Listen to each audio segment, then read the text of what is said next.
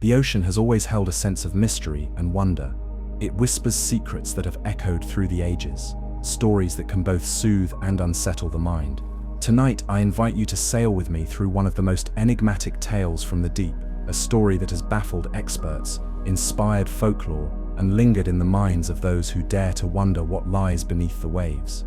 If this brings you peace, let it be your safe harbor. Subscribe and drift back whenever you want. Part 1. The Ghost Ship of the Baltic Sea. Our voyage begins in the chilly grey waters of the Baltic Sea, a place where history and mystery collide. It is here, in the early hours of June 27, 2014, that a curious discovery was made, a ship unlike any other, silently resting beneath the waves at a depth of around 92 meters. It was found by a group of Swedish treasure hunters aboard their vessel, Ocean X, equipped with state-of-the-art sonar technology to scan the seabed. The image that appeared on their screens was baffling. What looked like a circular, disc-shaped object with strange geometric features didn't resemble any known shipwreck. This was no ordinary find. It appeared to be something that could have jumped straight out of a science fiction novel, a massive round object, almost 60 meters in diameter, with a long tail-like ridge trailing behind it. The shape was so unusual that some immediately speculated it might be an extraterrestrial spacecraft, a Baltic Sea UFO. Others argued natural explanations, suggesting unusual rock formations or a glacial deposit. But let's take a step back and consider the context. The Baltic Sea is a relatively young body of water compared to the vast oceans, having formed around 10,000 years ago after the last ice age. Its floor holds thousands of wrecks, remnants of trade, war, and tragedy, but none as strange as this. The team managed to send down a remotely operated vehicle to get a closer look. What they saw was both mesmerizing and puzzling. The object had a pattern of what appeared to be staircases, grooves, and even a formation resembling a runway. On the rock itself, odd marks and edges seemed too symmetrical to be purely natural. Nearby, odd spherical stones piled as though placed with intention, reminiscent of structures built by early human civilizations. Scientists were intrigued but cautious. Could this be a man-made structure, a forgotten underwater ruin, or simply a complicated natural rock formation sculpted by glaciers and currents? The Baltic Sea's shifting conditions and low oxygen content preserve wrecks remarkably well, but also make the sedimentary landscape unique. Meanwhile, stories grew around the find. Local fishermen told tales of strange lights beneath the waves, vessels feeling sudden disturbances, and inexplicable compass malfunctions. The discovery sparked a frenzy of speculation, documentaries, and internet debates, dividing opinion between skeptics and believers. What adds to the allure is the silence and solitude of the location, a place where daylight barely penetrates, where the cold presses gently against any creature that dares to explore it. The sea keeps its secrets closely hidden, wrapped in ice and shadow. When explorers tried to physically examine the site, technical difficulties arose. Equipment failed in inexplicable ways, as if the site resisted inspection. Divers reported an eerie feeling, a sense of time distortion, and one diver even described a sudden drop in temperature that pierced through his suit like a ghostly touch. Even with advances in technology, the debate remains unresolved. The circular formation challenges our understanding of the underwater landscape in the Baltic. Whether it is a formation created by natural geological processes, an ancient relic from a forgotten civilization, or something beyond imagination, the Baltic Sea anomaly continues to beckon adventurers and dreamers alike. In these depths where human presence is scarce and time seems to slow, the ocean reminds us how much remains unknown. It invites us to listen not just with our ears but with our imagination, to find calm in the endless horizon, and sometimes, to accept that some mysteries may always drift just beyond reach. The ghost ship of the Baltic Sea may never reveal its true identity, yet its story lingers like a gentle current, inviting you to float quietly, to wonder, and perhaps to find a little peace in its silence. Part 2. The Vanishing of the Mary Celeste. The sea is not only a realm of discovery, but also a vast canvas upon which some of the most perplexing stories have been painted. Tales of sudden disappearances, eerie silences, and unanswered questions that ripple through time. One such haunting mystery drifts in the memory of the Atlantic Ocean, a ghostly chapter that has puzzled historians, sailors, and storytellers for over a century. Tonight we set sail back to the year 1872 to follow the haunting trail of the Mary Celeste. In late November of that year, the brigantine Mary Celeste departed from New York City, bound for the bustling port of Genoa, Italy. She carried a cargo of denatured alcohol, a valuable but volatile substance, and was helmed by Captain Benjamin Briggs, an experienced mariner accompanied by a small loyal crew and his family. The ship's log was regularly kept, the crew upbeat and routine steady, as any good voyage should be. But nearly a month into their voyage, somewhere near the Azores Islands, another ship crossed paths with a sight that would confound all who heard of it in the years to come.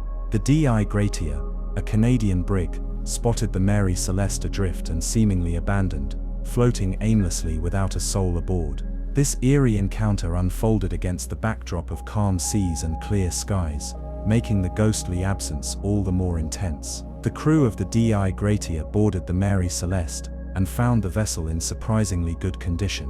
There were no signs of violence or struggle. The sails were still intact, the ship's hull sound, food was left in the galley, and personal belongings were undisturbed. Even the captain's cabin appeared orderly, yet not a single person remained on board. The ship's log painted a cryptic picture. The last entry was dated 10 days before the discovery, with nothing to suggest any near disaster or reason for abandonment. No distress signals had been sent, and the lifeboat was missing, implying that the crew had left voluntarily but under mysterious circumstances. What could have compelled a full crew, including Captain Briggs, his wife, and their young daughter, to depart so suddenly, in the middle of an ocean voyage, leaving behind a ship in seaworthy condition? Speculation swirled endlessly. Piracy was one theory, but no signs of violence or robbery were evident. Some posited a sudden fear of an impending natural disaster, a nearby waterspout, a terrible storm, or a dangerous leak in the hull. Others suggested the alcohol cargo was contaminated or leaking, causing toxic fumes that forced the crew into the lifeboat as a desperate escape. Even more captivating were the whispers of supernatural interventions, ghost ships, curses, and maritime omens that haunted the sailors' imaginations. Could the crew have been driven mad by some unknown force, or did some unseen hand snatch them away into the vast abyss? Was the sea itself exacting a mysterious toll, swallowing them like countless sailors lost to its depths through the ages? Despite exhaustive investigations, no definitive answers emerged. The missing crew was never found, nor were their bodies or their lifeboat recovered. The Mary Celeste was eventually salvaged, its story spreading like wildfire to captivate the public's fascination with the sea's unsolved riddles.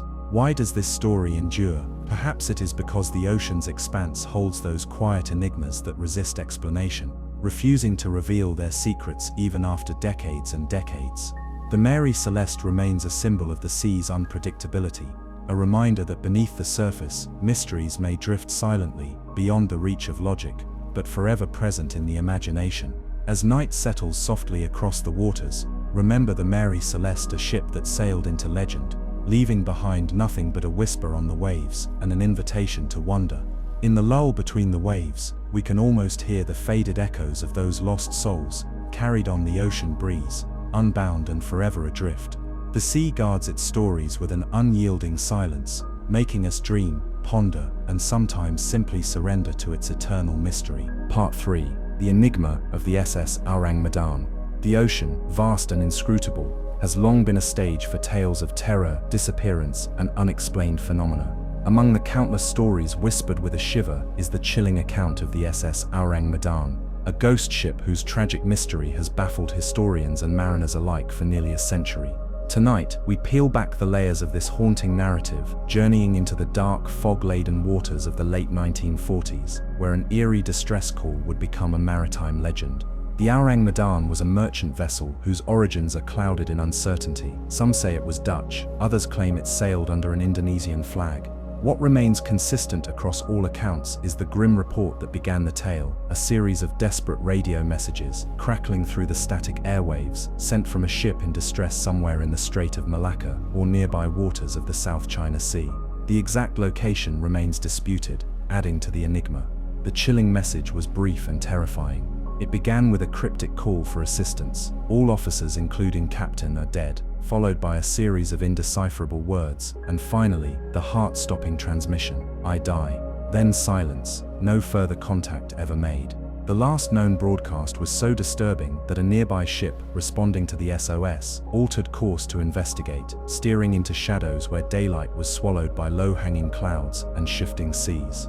Upon boarding, the rescue crew found the Orang Medan adrift, motionless like a ghost of the waves. Inside the ship's hold and cabins, they discovered a scene of horror that seemed torn from a nightmare. Every crew member was found dead, faces frozen in expressions of sheer terror, eyes wide, mouths agape, as if screaming in silence.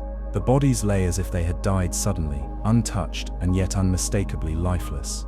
No external injuries or visible cause of death could be found. The entire crew had perished under circumstances that baffled the rescuers. Even stranger, the ship itself appeared intact. There was no sign of fire, collision damage, or water ingress. The mysterious nature of their demise seemed to defy explanation. Some have speculated that the crew might have fallen victim to poisonous gases, a toxic cargo released surreptitiously, or a deadly chemical leak from the ship's holds. Others suggested more supernatural theories, invoking curses, maritime ghosts, or paranormal forces that prey on isolated sailors lost at sea. Then came the ship's final, eerie chapter. According to some accounts, as the rescuers prepared to tow the Orang Medan to safety, smoke was seen billowing from her hull. A rapid blaze engulfed the vessel, forcing crews to abandon ship once more. The Orang Medan sank beneath the waves, disappearing into the abyss, and taking with her the answers about what had transpired aboard. Despite decades of intrigue, no definitive records or evidence have ever surfaced to confirm the ship's identity or final fate. The absence of clear archival data, combined with inconsistent witness testimonies and seafaring myths, has turned the story into legend, a maritime puzzle wrapped in fog and lost to time. Yet the tale endures, stirring imaginations like the restless sea. Why did the crew die so suddenly and tragically? Was it a chemical accident, some unknown environmental hazard, or something beyond the rational world? Some modern researchers have proposed that the ship might have been carrying nitroglycerin or other volatile substances, which, if mishandled, could have released toxic fumes lethal to humans. Others recall that the aftermath of World War II left many clandestine operations and secret shipments at sea, sometimes involving dangerous or experimental cargoes. What is certain is the haunting imagery that lingers, the terrified faces frozen in eternal surprise, the eerie silence of a vessel whose last moments were shrouded in mystery, now resting on the seabed as a spectral whisper in maritime history. The ocean in this part of the world remains warmed by tropical currents, layered with treacherous shoals and hidden depths, where many ships have found both their end and their stories. The Orang Medan floats in collective memory as a grim reminder of the sea's power to conceal and reveal, to comfort and to frighten. Tonight, as you listen in the quiet darkness, imagine that ghostly ship drifting silently in the endless blue, a reminder that even in an age of satellites and sensors, some mysteries cannot be grasped, only felt in the shuddering knowing that fate and the sea are inexorably intertwined. In the vast ocean's cold embrace, the story of the Orang Medan still calls to us from the depths, an unresolved enigma, a caution and a haunting lullaby whispered over the waves. Here, where human courage and the unknown meet, we find space to wonder, to breathe, and if we allow it, to surrender to the ocean's silent song once more. Part 4: The Mystery of the Flannan Isles Lighthouse Disappearance. The sea, ever an emblem of both life and loss, often frames the stories of men who dared to challenge its vastness and solitude. Among these tales, few are as haunting or as enigmatic as the disappearance of the 3 lighthouse keepers from the Flannan Isles, a remote group of rocky isles off the west coast of Scotland. Tonight, we voyage back to December of 1900 to explore a chilling and timeless mystery, a ghostly silence that continues to echo across windswept cliffs and wild seas. The Flannan Isles Lighthouse had stood as a sentinel over dangerous Atlantic waters for nearly a decade by the turn of the 20th century. Its purpose was clear: to warn ships away from the treacherous reefs and hidden shoals that had claimed countless vessels. The lighthouse was manned by a small team, usually 3 keepers, entrusted with the vital task of maintaining the light through the long, dark months. On December 15, 1900, the lighthouse supply vessel, the Hesperus, arrived at the island with routine provisions and relief for the keepers. However, what the crew found was not the expected welcoming sight. No one answered the door, the light was not operating. An eerie stillness wrapped the island like a shroud amidst the stormy weather. Worry crept into the hearts of the visitors as they entered the lighthouse. Inside, the rooms were undisturbed, meals were prepared but uneaten, beds remained unmade, and personal effects lay untouched. All traces pointed to an abrupt and unexplained departure. The most perplexing discovery was outside. The equipment was found in disarray, chairs overturned, a clock stopped, and safety rails missing from parts of the cliff path, believed to have been battered by violent storms in days prior. But there were no bodies, no signs of struggle or injury, only the gnawing silence of absence. The three men, Thomas Marshall, James Ducat, and Donald MacArthur, had vanished without a trace. Where had they gone? What had claimed them in that unforgiving place where wind and sea clawed relentlessly at the rocks? Official investigations speculated that a severe storm had swept them away while attempting to secure equipment or investigate damage. Perhaps one had been knocked down by a huge wave, and the others perished trying to rescue him. Yet the weather records indicated calm seas during the expected time of disappearance, casting doubt on this simple explanation. Local fishermen whispered rumors of strange lights dancing on the horizon and eerie noises carried by the wind, voices calling out from the waves or phantom footsteps echoing on the cliffs. Some spoke of a curse upon the isle or restless spirits that claim those who dare to guard the light. The mystery deepened with a note found in the lighthouse logbook. The last entry, scribbled hurriedly by MacArthur, read simply, "Storm approaching, lookout needed." No further messages followed. Years passed and many returned to the lighthouse, but the story lingered like a cold breath on the neck of the Atlantic wind. The lives of those men became a ghostly rhythm woven into the lore of seafarers and land dwellers alike, a cautionary tale about the ocean's uncanny ability to claim her own without trace or reason. Some modern researchers proposed more tangible theories: structural failure of the lighthouse, an accident during maintenance, or even psychological strain leading to a group decision to abandon post. Still, none fully explained the lack of physical evidence or bodies. What remains indisputable is the chilling fact that three experienced men, seasoned by years of service in harsh conditions, disappeared simultaneously, swallowed by a silence as vast as the sea itself. Tonight, as the waves lap quietly against the rocky shores where the lighthouse still stands, we remember the Flannan Isles keepers, men who lit a beacon in the dark, only to vanish into the shadows cast by their own light. In the hush of the night, when the ocean's breath is soft and the stars shimmer cold above, we can almost hear the faint echo of their footsteps on the stone steps, a whispered reminder that some mysteries, like the tides, ebb and flow with no end in sight. The sea watches, waits, and sometimes in her quiet dominion, she takes what she wills, leaving behind only questions, legends, and the solemn hush of the unknown. Part 5. The ghostly voyage of the SS Bachimo. The ocean has long been a realm where human endeavor meets nature's vast and unpredictable might. Stories born on these restless waters often linger like whispers carried on the winds, tales of ships lost to time, abandoned yet continuing to roam the seas. Among these spectral wanderers is the haunting saga of the SS Bachimo, a vessel that refused to disappear, sailing unmanned through the Arctic's icy grip for decades, a ghost ship in the truest sense. Our story begins in the early 20th century, in the remote reaches of Alaska, where the cold Arctic Ocean meets endless stretches of ice, snow, and frozen wilderness. The SS Bachimo was a steel-hulled cargo ship built in 1914, designed to navigate the treacherous northern waters with resilience and strength. She belonged to the Hudson's Bay Company, tasked with carrying furs, supplies, and trade goods between remote settlements and trading posts scattered along the Arctic coastline. By October 1931, the Bachimo was on one of her usual voyages, traversing the Beaufort Sea, surrounded by thick packs of sea ice and plunged into the cold silence of the polar autumn. The crew had encountered warnings of shifting ice flows ahead, the kind that could trap a ship and stifle her freedom to navigate. As the ice began to close in, the captain made a cautious decision to seek shelter and winter over on the ice, rather than risk the ship breaking apart. But fate had a cruel twist in store. Before the winter deepened, an unexpected hard freeze locked the Bachimo fast in the ice. Efforts to free the ship proved futile. With supplies running low and concerns for the men's safety growing, the captain ordered a retreat. Some of the crew chose to leave the ship and make the treacherous journey over the ice to safety, using dog sleds and small boats. In the chaos of their departure, the crew left the HMO behind, trapped, yet still intact and stubbornly afloat. What happened next was extraordinary. Despite being abandoned in a region where the Arctic cold could crush most vessels, the HMO broke free from the ice on multiple occasions, drifting aimlessly through the freezing waters, a ghostly presence adrift far from any guiding hand.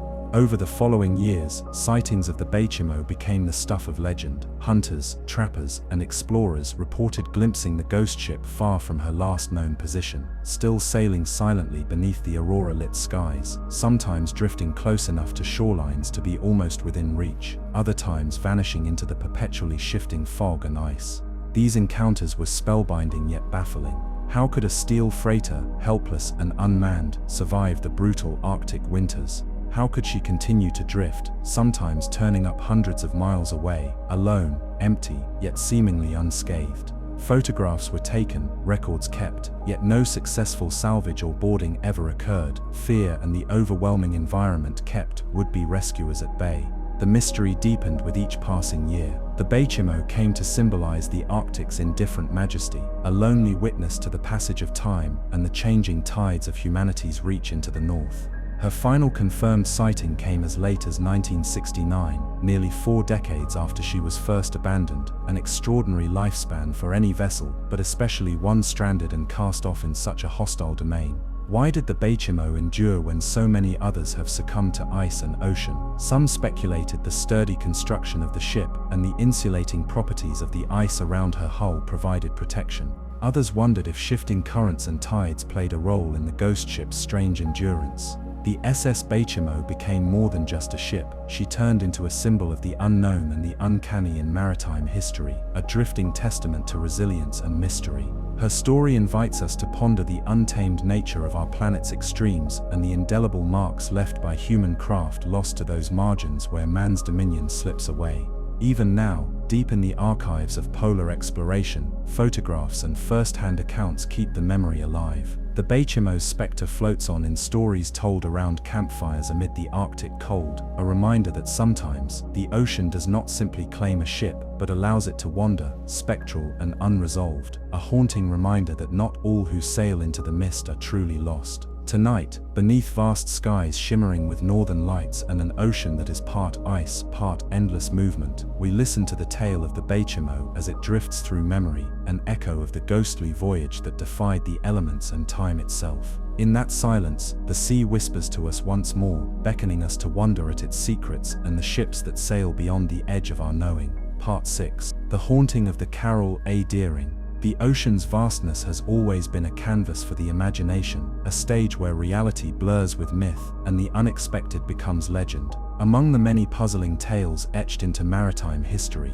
few are as tantalizing and eerie as the mystery of the Carol A. Deering, a schooner that vanished from human hands only to be discovered adrift with no crew aboard, leaving behind a riddle that has intrigued historians, sailors, and dreamers for nearly a century. Our story begins in the waning days of 1920, a period that sits just after the turmoil of the First World War, a time when maritime trade and the age-old life of the sea were adapting to modern currents and new challenges. The Carol A. Deering was a 5-masted commercial schooner, built robustly for cargo transport, designed to haul goods up and down the Atlantic coast and beyond. At 200 feet long and carefully maintained, she was considered a reliable workhorse of the seas. On August 26, 1920, the Carol A. Deering set sail from the port of Cape Fear, North Carolina, loaded with a cargo of coal destined for the bustling port of Rio de Janeiro in Brazil. Her captain, William S. Meyer, was a seasoned mariner, respected for his experience and steady command. The crew, numbering at least 11 men, was made up of sailors familiar with the tough rhythms of life on a working ship.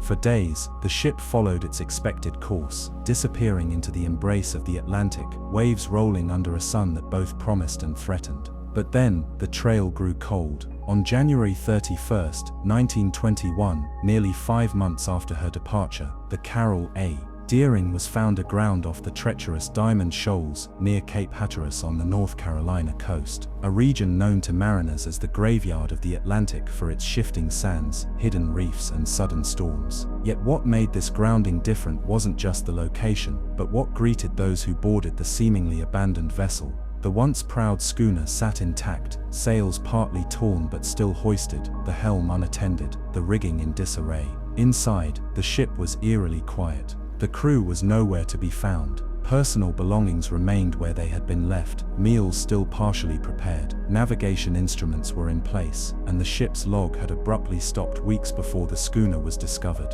Searches of the surrounding waters and nearby shores yielded no sign of the crew. Lifeboats, though lowered, were missing from the ship, yet no trace was ever found of those who might have used them. Puzzling details only deepened this maritime enigma. Several rescue and inspection teams noted signs of frantic activity. Equipment had been damaged or sabotaged, parts of the lifeline were cut. Some lifeboats had been lowered, but rigging suggested they were abandoned in haste. A Philadelphia pilot who examined the schooner reported signs of blood on the deck, though this was never conclusively confirmed. Theories surged, like waves in an ocean storm. Piracy, though unusual along those coasts, was considered. Could the crew have been captured or forced to abandon ship? Smugglers operating in the area raised suspicion, but no corroborating evidence emerged. Others posited a mutiny, an internal conflict that might have led to the crew's sudden flight. Was the captain overthrown? Were voices raised against authority, leading the crew into panic and desertion? The possibility of supernatural influence and sea curses crept quietly into folklore, the idea that restless spirits or the unforgiving ocean claimed the lives of those aboard. Perhaps environmental factors played a role. The shifting sands and violent weather around Cape Hatteras could have created the illusion of calm, lulling the crew into a false sense of security. A sudden storm might have forced them overboard, or imminent danger like a fire, onboard explosion, or hull breach could have compelled them to abandon ship prematurely. Unfortunately, none of these theories fully explain the facts. Investigations by the US Coast Guard, the Marine Board of Inquiry, and private experts yielded few answers. The ship's captain had no prior record of trouble, and no witnesses reported seeing the crew or lifeboat parties after the vessel was found.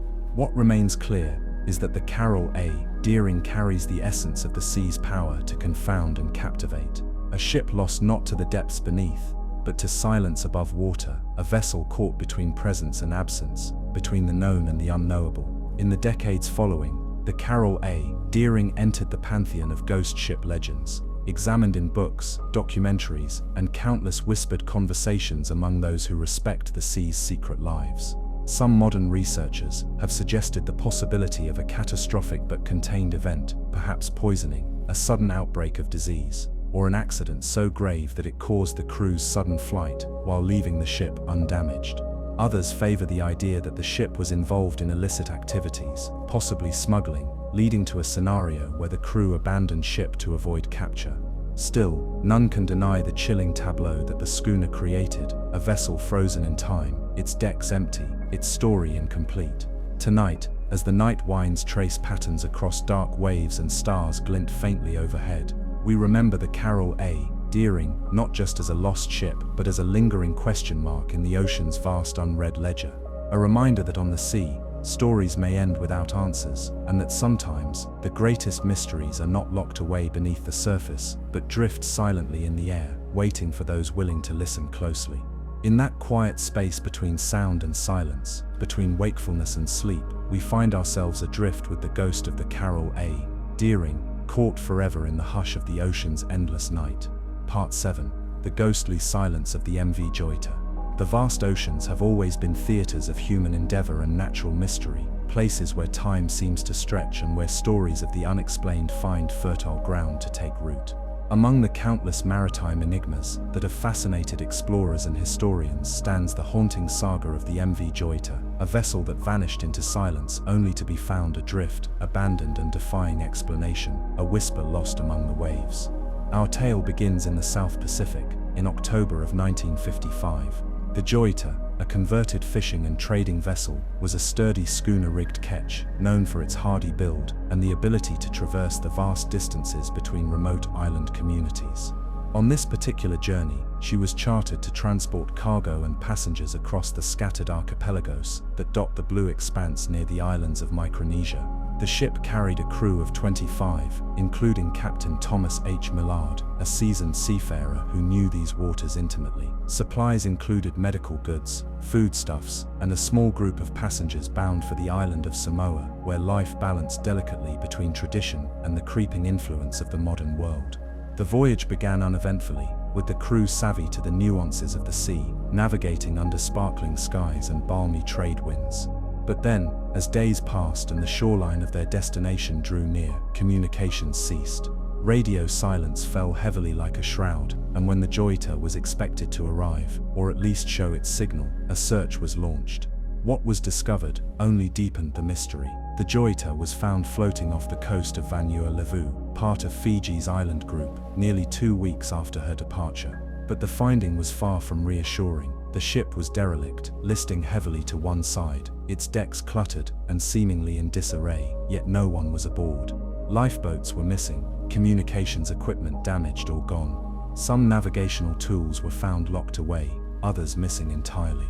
A thorough inspection revealed some chilling details. The engines were flooded, and beyond simple repair, the radio transmitter was broken, reducing any chance of distress calls. Food and water supplies remained aboard, untouched. Personal belongings lay scattered, but without signs of hurried evacuation, and the ship's log was missing altogether.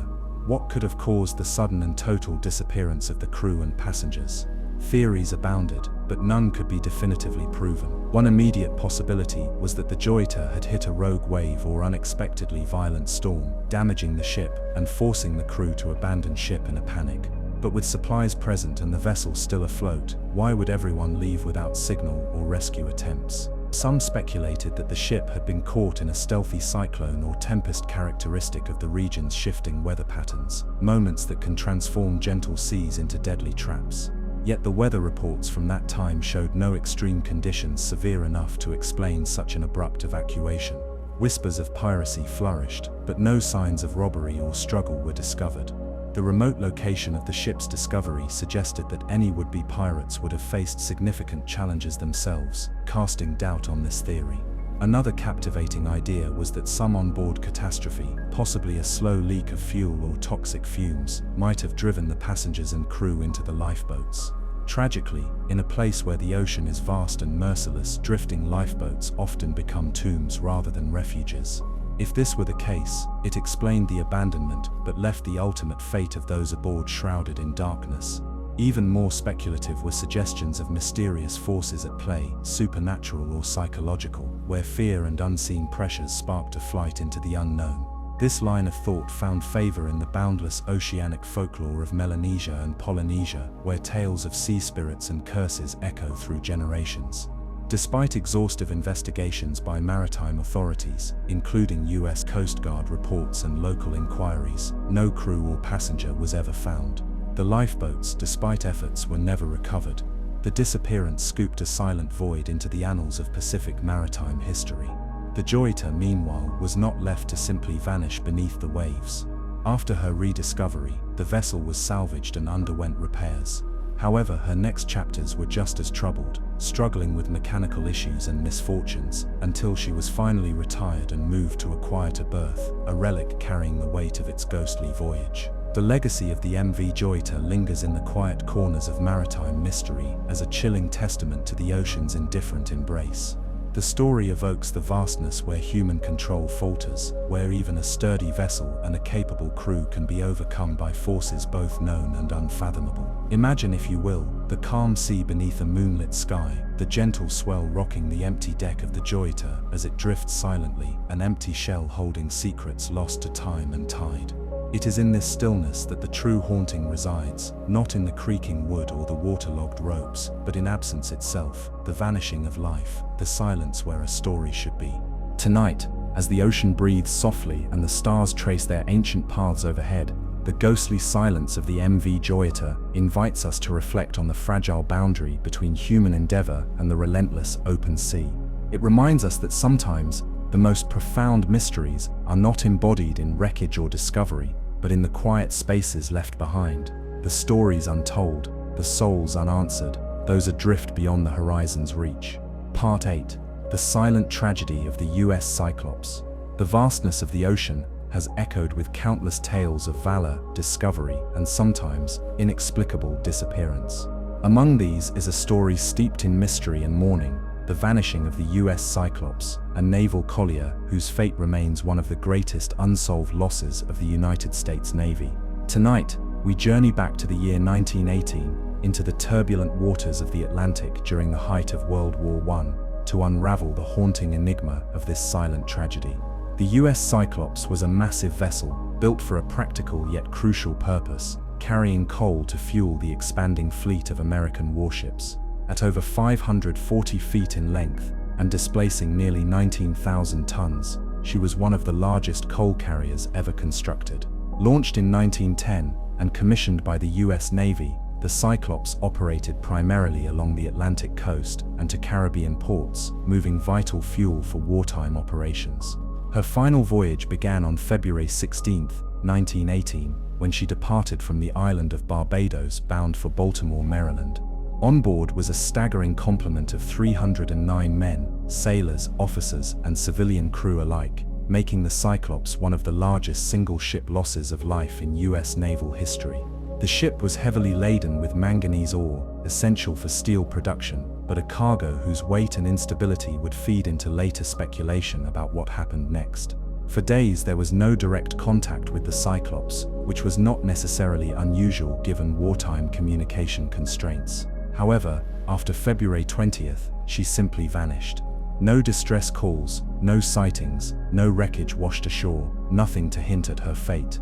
The world was at war, but unlike the many lost to enemy submarines or naval mines, the Cyclops disappeared without a trace, swallowed by the silent Atlantic. The US Navy launched an extensive search operation, scouring the sea and sky, questioning shipping lanes and submarine activity, but no evidence emerged to explain the disappearance. Theories began to swirl with an urgency born both from the desire to understand and the grief of loss. One prevailing suggestion was that the ship succumbed to a catastrophic structural failure. The Cyclops' manganese ore cargo was known to be dense and heavy, and if improperly loaded, it could have shifted dangerously in rough seas, causing the vessel to list and founder quickly. Supporting this was the knowledge that the Cyclops was heavily laden, and the ocean is merciless to any vessel with compromised stability. Others look toward environmental factors. February is known for harsh North Atlantic storms. Could a sudden tempest have overwhelmed even a ship as formidable as the Cyclops? Reports indicated that rough seas had been encountered, but official weather records for the time and area showed no storms severe enough to account for such a total loss. The specter of enemy action haunted early speculation as well, with the active presence of German U-boats patrolling the Atlantic.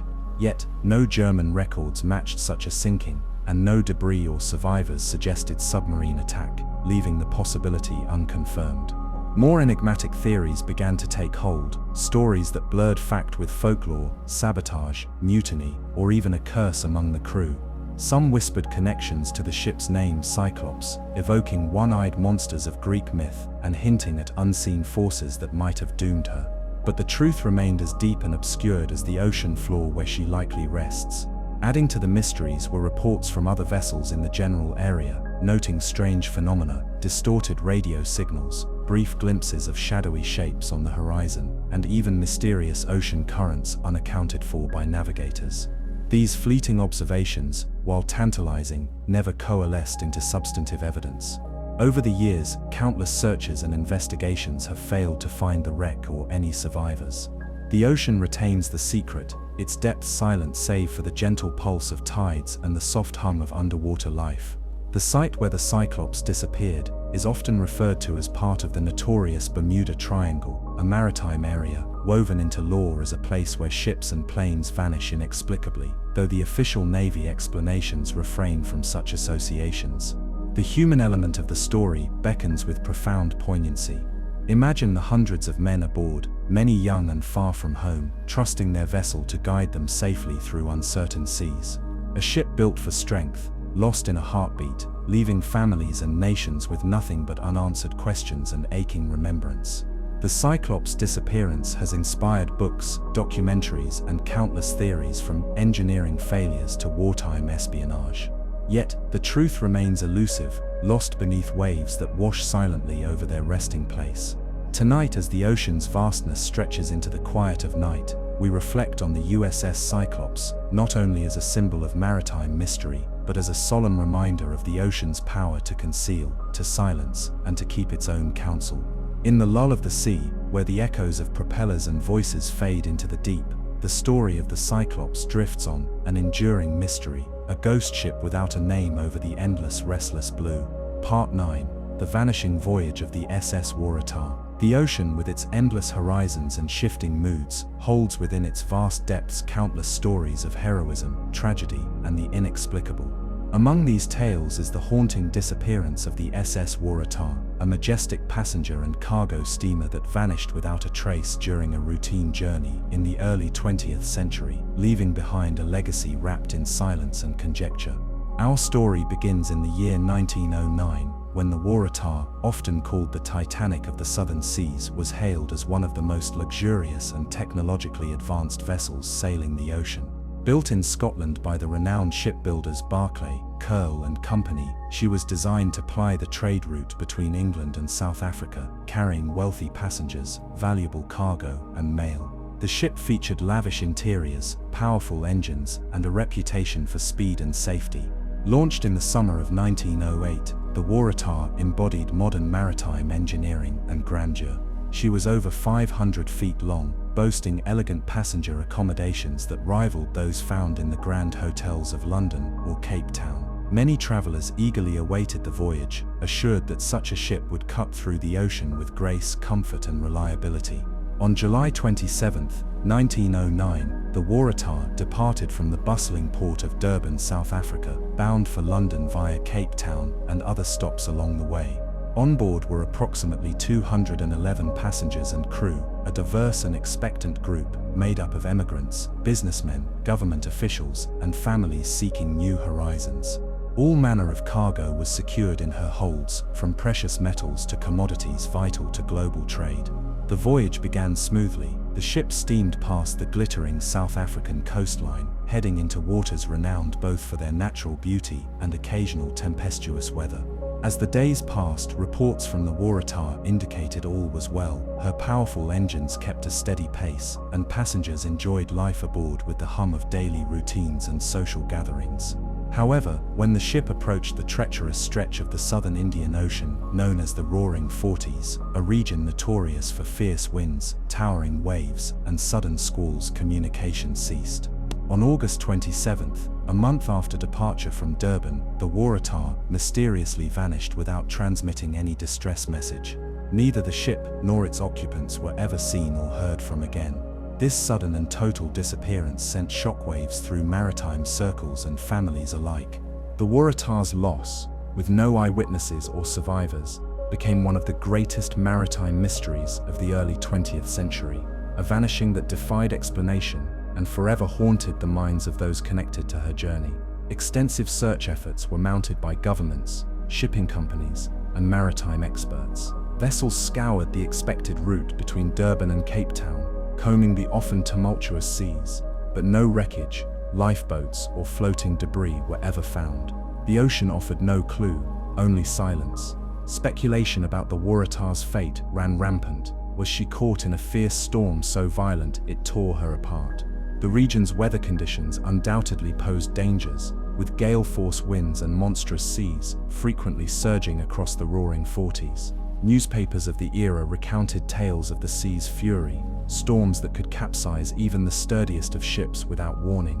Some experts suggested the possibility of design flaws. Despite the ship's impressive specifications, rumors circulated that the Waratah may have suffered from stability issues, concerns about the ship's top-heavy structure and distribution of cargo that could have rendered her vulnerable to capsizing. Yet no conclusive evidence ever emerged, leaving the theory suspended in uncertainty. Others considered mechanical failure. The engines, boilers, or steering gear might have broken down at a critical moment, reducing her ability to navigate through perilous waters. Yet, again, without any survivors or debris, these suggestions remained conjectural. The human aspect of the tragedy echoes across time. Imagine those aboard the Waratah, families engaged in conversations on deck, tradesmen tending to their business, children playing amid the swell of the sea. now vanished without farewell, swallowed by an unforgiving ocean that offers neither mercy nor answer. This great loss resonated beyond immediate families. The wreck increased, aided by advances in sonar and underwater search technology. Expeditions ventured into the depths of the southern Indian Ocean, mapping the seabed and scanning for remains. Yet despite decades of searching, the Waratah remains undiscovered, resting somewhere beneath waves that shift endlessly, shrouding her last resting place in oceanic secrecy.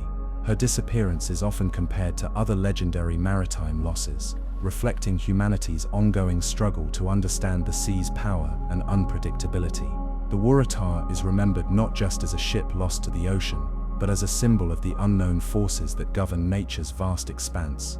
As we reflect upon the century that has passed since her final voyage, the Waratah's story invites a quiet contemplation, not solely of loss, but of the sea's unfathomable nature, its capacity to keep secrets, and the fragile tether that binds human endeavor to the mercy of the waves.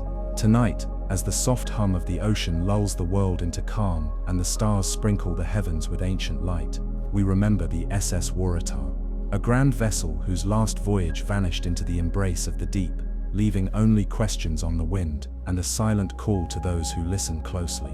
In the vast and restless ocean, her story drifts endlessly onward, a whispered mystery, a mariner's lament, and a gentle reminder to respect the depths where all our stories ultimately converge. Part 10. The silent abyss of the MV Derbyshire. Among the countless vessels that have sailed the vast and often unforgiving oceans, some stories remain etched in the deep with particular sorrow and somber reflection. The MV Derbyshire, a British bulk carrier, the largest British ship lost at sea to date, stands as a monumental testament to the precarious balance between human ambition and the relentless forces of nature. Tonight, we delve into the haunting tale of the Derbyshire, a story marked by valor, tragedy, and the silent abyss where answers rest far beneath the waves. Built in 1976 by Swan Hunter shipbuilders in England, the Derbyshire was a behemoth of maritime engineering, nearly 224 meters long, and designed specifically to transport vast amounts of iron ore and other bulk cargoes across the world's oceans. She plied some of the toughest and most demanding maritime routes, traversing the Pacific with regularity, routes known to test even the most resilient ships against fierce storms and towering waves. The sense of pride that surrounded the Derbyshire was matched by the respect and camaraderie among her crew, a tight-knit group of men accustomed to life at sea's edge, well aware of both its beauty and its dangers. Captain John Thompson and his officers were experienced mariners, dedicated to navigating the unpredictable waters with the utmost care. September of 1980 brought the Derbyshire. As the ship ventured eastward, weather forecasts portended stormy seas ahead. Tropical storm Orchid was churning near the South China Sea, its unpredictable path stirring high waves and fierce winds. For days the Derbyshire battled towering swells, relentless rain, and the eerie howling of wind that seemed to mock the efforts of man-made steel to hold firm.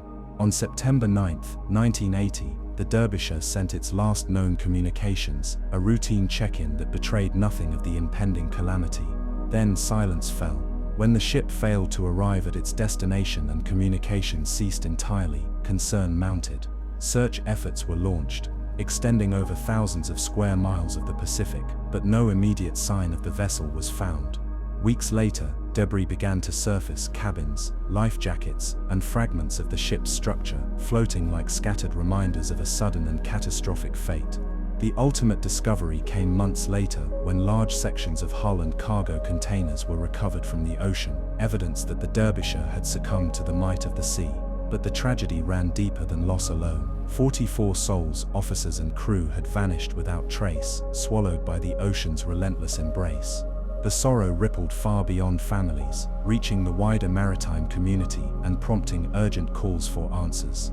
What had caused such a mighty ship to founder so completely? Initial inquiries pointed toward violent weather, but storms do not simply erase a ship without a trace. The Derbyshire was reputed for her robust design and careful maintenance. Something more was at play. Detailed investigations, including the most thorough marine accident inquiry ever conducted by the UK's Marine Accident Investigation Branch, explored a wide range of possibilities, from structural failure and cargo shifting to human error and faulty design. A decisive breakthrough came with the findings on hatch cover integrity. The Derbyshire's massive hatch covers, the steel shields protecting the tremendous holds where iron ore was stored, were found to be insufficiently strong to withstand the punishing waves that battered the ship during typhoons. Water ingress through compromised hatch covers likely flooded the holds, destabilizing the ship and leading to a rapid capsize and sinking.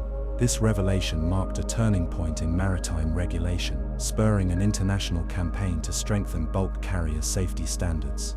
The Derbyshire's loss was not in vain. It became a catalyst for change, protecting future ships and lives from a similar fate. Yet amidst the technicalities and safety reports lies the human story, a tapestry of courage, routine and sudden, incommunicable loss. The men who sailed aboard the Derbyshire faced the elements as part of their daily lives, bonded by shared hardship and the peculiar solitude of the sea. Their disappearance remains a haunting reminder of how fragile human endeavors can be when confronted with nature's raw power. Families held onto memories, photographs, letters and tales exchanged at docks and harbors far from the storm-swept Pacific waters. Memorials and plaques were erected, perpetuating the names and lives of those who vanished in the silent abyss. Even today, divers and researchers occasionally explore the wreck site, located roughly 1,000 miles east of Japan, at depths beyond typical recreational diving. The Derbyshire lies broken but dignified on the seabed, its silhouette a grave marker not just for a ship, but for an era when bulk carriers traversed the world's oceans with a mix of confidence and vulnerability. The story of the Derbyshire invites us to reflect on the profound relationship between humans and the ocean, a dance of trust, challenge, and sometimes heartbreak. It challenges us to honor those who brave the vast and uncertain seas, and to recognize the quiet lessons left behind in the wake of tragedy. Tonight, as the gentle roll of the waves beckons and the stars shimmer with cold clarity overhead, we listen to the silent echoes of the MV Derbyshire. In the endless blue where steel was stretched to its limits, and where men charted courses through storm and shadow, her story drifts quietly, a solemn testament to the power of the sea and the enduring spirit of those who dared to sail upon it. Part 11. The Lost Expedition of the Endurance. The sea holds within its depths not just stories of ships lost or vanished, but also tales of indomitable courage, human spirit, and the relentless battle against nature's unforgiving will. Among these, the saga of the Endurance stands as a monumental chapter in maritime and exploration history, a journey woven into the very fabric of tenacity and survival amid the harshest oceanic extremes. In 1914, the age of heroic polar exploration was in full swing. Nations and adventurers dreamed of claiming new frontiers at the Earth's poles, charting unknown territories, and etching their names onto the icy maps of the Antarctic. It was against this grand backdrop that Sir Ernest Shackleton, a British explorer whose name would become synonymous with courage, conceived the Imperial Trans-Antarctic Expedition. The goal was audacious: to cross the Antarctic continent on foot, traversing 1,000 miles of ice, snow and peril to reach the opposite side. Shackleton's ship, the Endurance, a sturdy three-masted barquentine, was specifically built to withstand polar conditions. She was a vessel of strength and purpose, equipped with the latest in early 20th century shipbuilding, a specially reinforced hull designed to resist the pressure of the crushing Antarctic ice. In August of that year, the Endurance and her 28-man crew set sail from London, their spirits buoyed with hope and determination. After stops to pick up supplies and team members in South America, the ship headed southward, slicing through icy waters toward the Weddell Sea, the gateway to the Antarctic continent. For months, the expedition progressed cautiously. The Endurance pushed forward, navigating through ever-thickening sea ice. But the frozen embrace of the Antarctic proved merciless. In January of 1915, the ship became locked in pack ice, trapped far from the shore in the shifting frozen expanse. The ice closed around her, holding her fast as the crushing pressure built with the slow, grinding movement of the pack. Trapped and immobilized, the Endurance was at the mercy of the ice and ocean, an enormous living force pressing against the ship's hull on all sides. Days turned into weeks, weeks into months, and any hope of breaking free faded. The men established a routine, rationed supplies carefully, and prepared mentally for confinement. But in October, a grim reality dawned. The ice pressure began to crush the ship's hull. The Endurance groaned and creaked under the strain, her timbers splintering as the ice closed in with a merciless grip. Despite efforts to lighten her load and fortify the fragile vessel, the inevitable came on November 21, 1915. The Endurance was finally crushed, shattered by the unrelenting ice. The once mighty ship sank beneath the frozen waves, leaving the crew stranded on the drifting ice floes of the Weddell Sea. What followed stands as one of the most extraordinary survival stories ever told. Shackleton, undeterred by the loss of the ship, assumed command not just of the men but of the grim circumstances that lay ahead. The crew, now isolated in one of the most hostile environments on Earth, faced bitter cold, hunger, and the constant threat of the ice breaking beneath them. The men camped on the ice, ferrying supplies across shifting floes, drifting slowly northward. Their lives depended on teamwork, resilience, and Shackleton's steady leadership. As days grew colder and resources dwindled, the ice broke apart, and the survivors launched lifeboats in a desperate bid for the nearest land, the unyielding, storm-whipped shores of Elephant Island. Elephant Island, barren and isolated, provided some refuge, but it was far from safe or permanent. It was here that Shackleton made one of the most daring and hazardous decisions of the entire expedition, to sail across nearly 800 miles of treacherous southern ocean in a small lifeboat, the James Caird, to reach South Georgia Island, a whaling station and the best hope for rescue. Accompanied by 5 of his strongest men, Shackleton embarked on this perilous voyage, battling monstrous seas, freezing temperatures, and relentless storms. For 17 days, they fought exhaustion and despair, steering by the stars amidst a vast indifferent ocean. Their navigation success was nothing short of miraculous. They reached South Georgia battered but alive. From there, Shackleton organized a rescue operation, traversing glacier-ridden mountains and Patagonia's rugged wilderness to rally help. Months after the Endurance sinking, every single crew member stranded on Elephant Island was rescued, without loss of life. The Endurance expedition epitomizes humanity's confrontation with the sea's might, with the polar wilderness, and with sheer survival against all odds. It's a story not just of loss but of unwavering hope, leadership, and the remarkable bonds forged in adversity. What remains haunting is the image of the crushed ship, swallowed by the endless ice, a ghostly reminder of the ocean and ice's power to claim even the strongest vessels, yet unable to extinguish the human will. Through diaries, photographs, and later discoveries of the ship's remains on the sea floor, the legend of the Endurance continues to inspire generations, reminding us that the ocean's mysteries are not always about disappearance, but about the endurance of the human spirit in the face of the unknown. Tonight, as the quiet rhythm of waves lulls the world, think of those men stranded on frozen seas, their resolve unbroken, drifting not just over icy waters but on the currents of history itself. Their journey whispers a timeless truth: in the vastness of the ocean's embrace, courage can be the beacon that guides one home. Part 12. The unsolved mystery of the Roanoke colony disappearance. The coastlines and waters of the New World hold many secrets, tales that reach back into the earliest days of exploration, where hope and hardship mingled closely, and where whole chapters of history remain shrouded in mystery.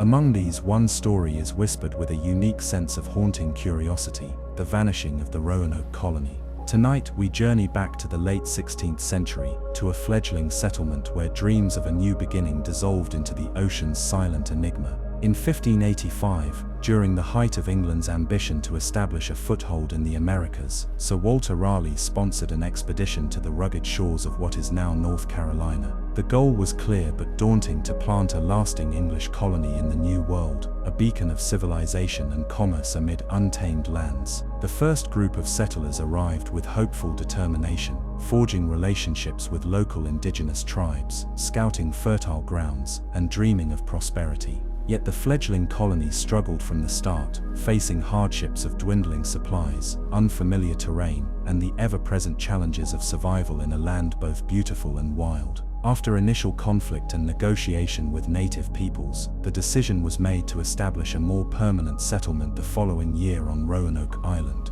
In 1587, a second group of colonists arrived, this time including families, men, women, and children, among them Governor John White, a respected leader tasked with guiding this uncertain venture. After setting roots and beginning to build homes and fortifications, White returned to England later that year to seek fresh supplies and support, leaving the colony in what was hoped to be capable hands. His return voyage was unexpectedly delayed by the escalating conflict of the Anglo-Spanish War, which strained England's naval resources and made transatlantic journeys fraught with danger. When Governor White finally arrived back at Roanoke Island in August 1590, 3 years after the colony's establishment, the sight that greeted him was stark and bewildering. The settlement was deserted, homes stood empty, fortifications unmanned, and the once bustling colony lay silent beneath an indifferent sun. There was no sign of struggle or destruction, no bodies or clear trace of the colonists' fate. The only clue was the word Croatoan, carved into a post near the abandoned village, and the letters Crow etched into a nearby tree. These cryptic marks hinted toward Croatoan Island, modern-day Hatteras Island, home to a Native American tribe known to have had contact with the colonists. White intended to investigate Croatoan Island,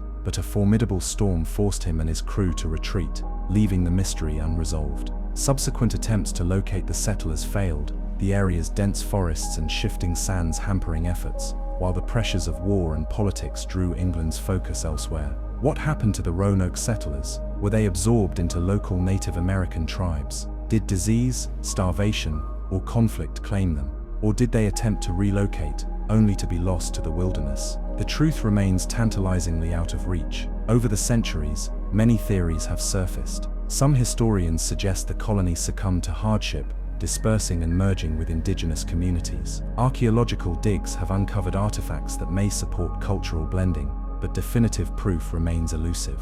Others propose a darker fate, massacres during skirmishes, or capture by hostile forces, as possible causes. Oral traditions from native groups tell of intermingling populations, but also speak of violence and displacement during a turbulent era. More speculative ideas touch on conspiracy and tragedy, secret reprisals, abandonment by the crown, or even attempts at starting anew in hidden locations along the Virginia coast or farther afield. Despite decades of research, excavation and exploration, the lost colony lingers as one of America's oldest and most haunting enigmas. It symbolizes the precariousness of early colonization and serves as a somber reminder of the countless untold stories buried beneath layers of history and earth. In the quiet nights along the Carolina coast, where the waves lap softly against marshes and barrier islands, the echoes of the Roanoke settlers seem to drift on the salt breeze. The land itself seems to hold its breath, guarding secrets whispered only to those patient enough to listen.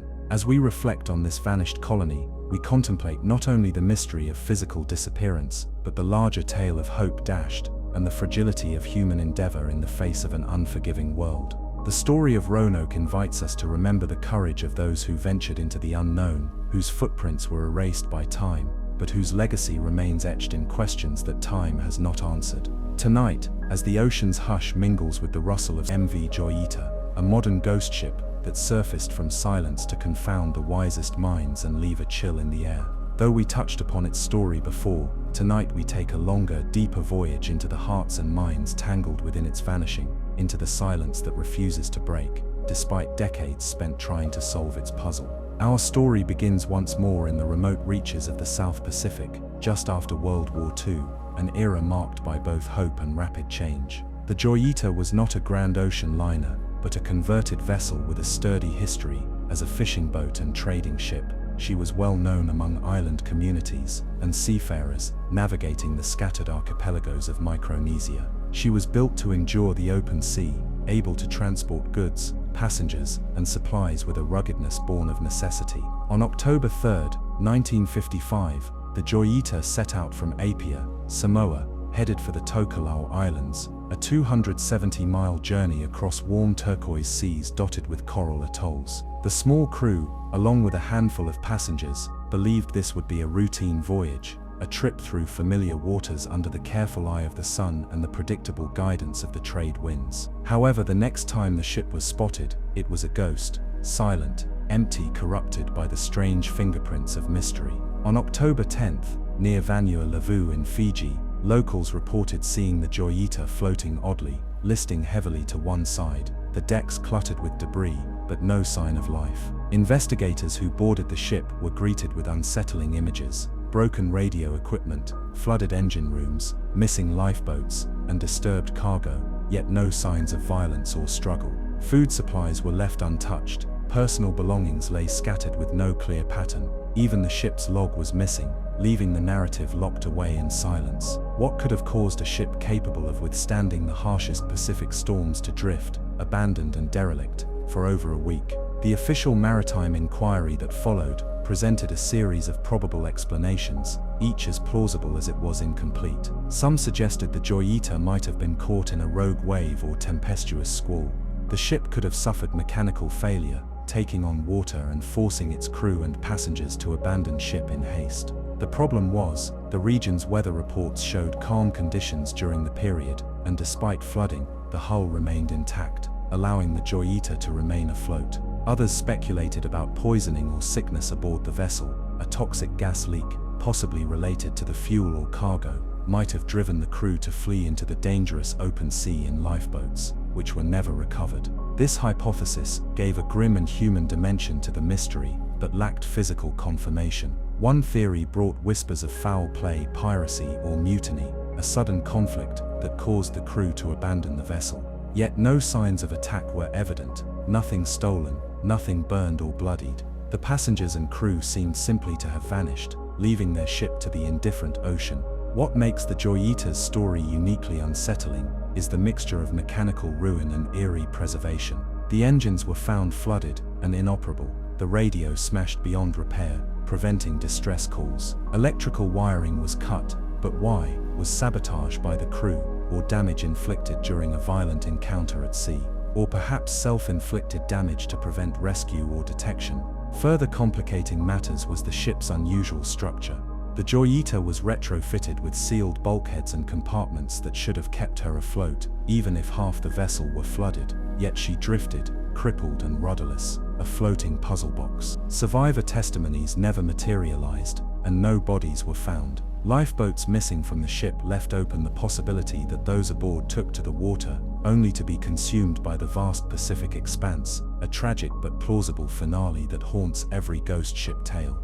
Over the years, the Joy Eater took on a life beyond its seaworthy frame. It became a symbol in the Pacific and beyond, a metaphor for isolation, the thin line between survival and surrender, and the ocean's ability to swallow stories whole. The ship's reappearance sparked questions about human endurance and vulnerability, about nature's power to confuse and corrode even the best-laid plans. Maritime experts and mystery hunters have returned to the Joy Eater repeatedly, scouring old reports, analyzing photographs, and conducting underwater searches for clues. Some modern reconstructions suggest that a combination of structural failure, perhaps caused by an initial collision with debris, or a submerged reef, compounded by crew error and crew exhaustion, may have pushed the ship into her ghostly drift. Others find fascination in more abstract theories, psychological breakdowns leading to abandonment, or even freak environmental phenomena such as sudden microbursts or underwater seismic activity. These ideas, while speculative, remind us that the ocean's forces operate on scales and in manners that human senses barely comprehend. The legacy of the MV Joy Eater remains imprinted on maritime lore. It warns of limits, the limits of technology, of human control, and of the fragile balance required to dance with the sea. Tonight, as the ocean lays calm under the glittering stars, imagine the Joy Eater's deck, empty, rocking gently in the warm Pacific swell. The silence is profound, a quiet testimony to those lost to both the waves and history's gaps. No voices call out, no footsteps echo. Only the creak of weathered timbers and the slow pulse of the ocean remind us that some stories will drift just beyond the horizon of certainty. In that lingering quiet, we find a space not just of mystery, but of reflection, a chance to surrender to the ocean's eternal rhythm and to ask, softly, what lies in all that empty blue. Part 14. The Voyage of the Carol A. Deering, an Atlantic ghost ship mystery re-examined.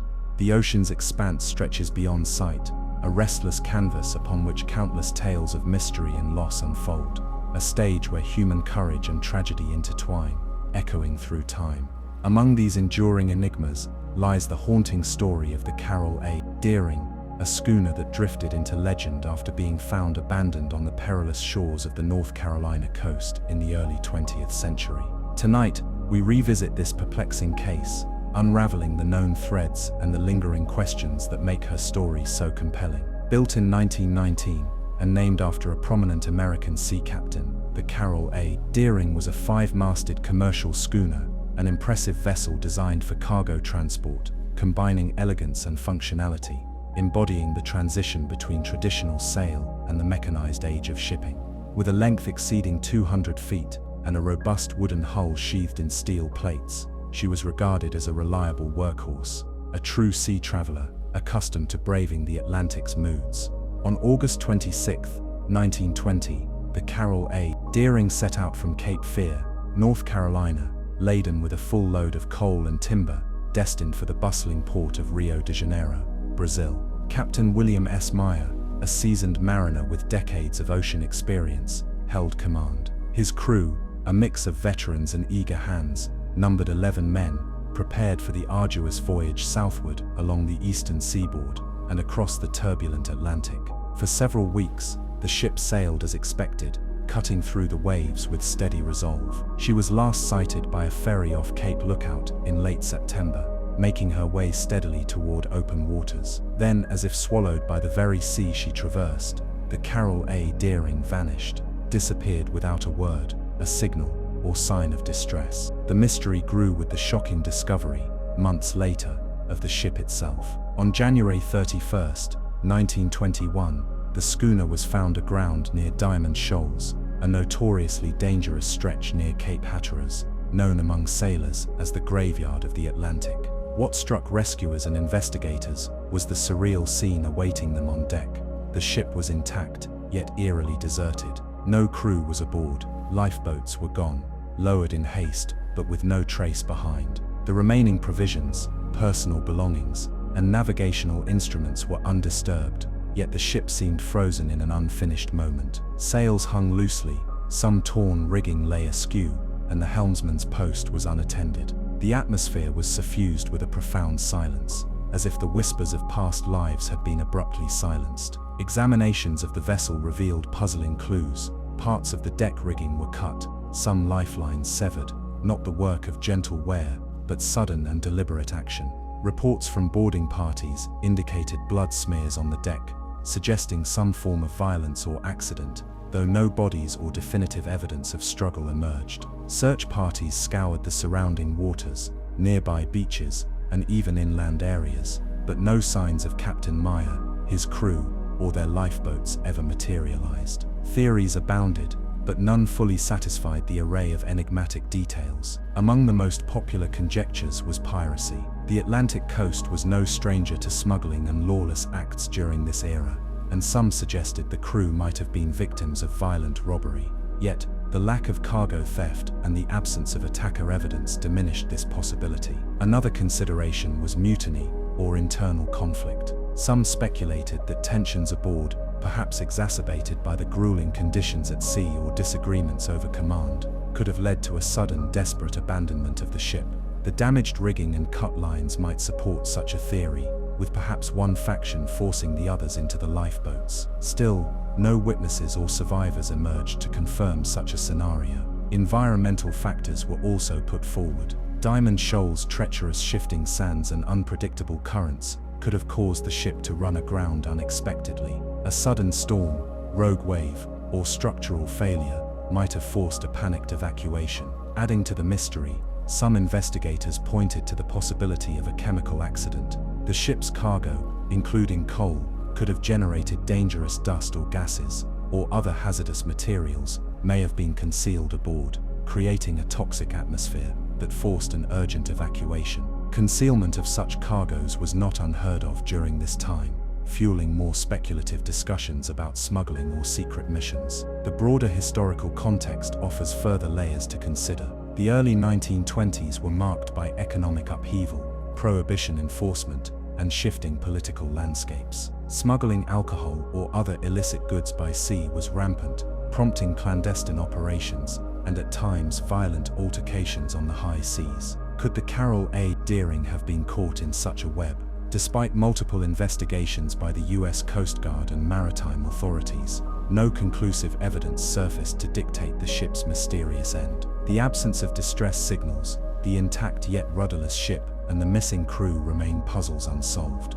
In the decades since, the Carroll A. Deering has entered folklore and maritime legend, the quintessential ghost ship of the Atlantic. Books, articles, and documentaries have sought to piece together her story, each weaving their own narrative between fact and speculation, adding to the aura of enduring mystery. Some writers have gone so far as to suggest supernatural involvement, a curse or malediction that befell the vessels of the era, or restless spirits haunting the dangerous coasts of Cape Hatteras. Though poetic, such ideas reflect humanity's urge to find meaning in the inexplicable, to imbue the silence with stories. What never fades is the image of the schooner itself, adrift and empty, caught in winter storms, a silent sentinel resting among the fog and rocks. The Carol A. Deering's ghostly presence serves as a reminder of the ocean's power not only to engulf ships but to swallow answers whole, leaving behind only fragments for us to chase. Tonight, let your imagination drift upon the cold Atlantic waters off North Carolina's coast, where the waves dance with the winds among shifting shoals. Envision a ship caught between epochs, a vessel that sailed into history not with fanfare, but with silent questions, questions without answers, stories untold, and a crew vanished into the vast unknown. As the waves whisper their secrets through the night, the Carol A. Deering invites us to remember that some mysteries are as deep and expansive as the ocean itself, forever beckoning to those who listen quietly and wonder endlessly. Part 15. The mysterious disappearance of the MV troopship Dorchester. The ocean's depths have swallowed many secrets across centuries, stories of bravery, tragedy, and enigma woven into the endless tides. Among these, few stand as poignant and haunting as the tale of the MV Dorchester, a troopship that vanished into history's folds during one of humanity's darkest hours, carrying with it echoes of sacrifice and unanswered questions that still ripple in the collective memory of the sea. It was January 1943, in the heart of the Second World War, a global conflict that transformed the ocean into a vast theater of war. The sea lanes both lifelines and hunting grounds for countless vessels braving perilous crossings to sustain the fight for freedom.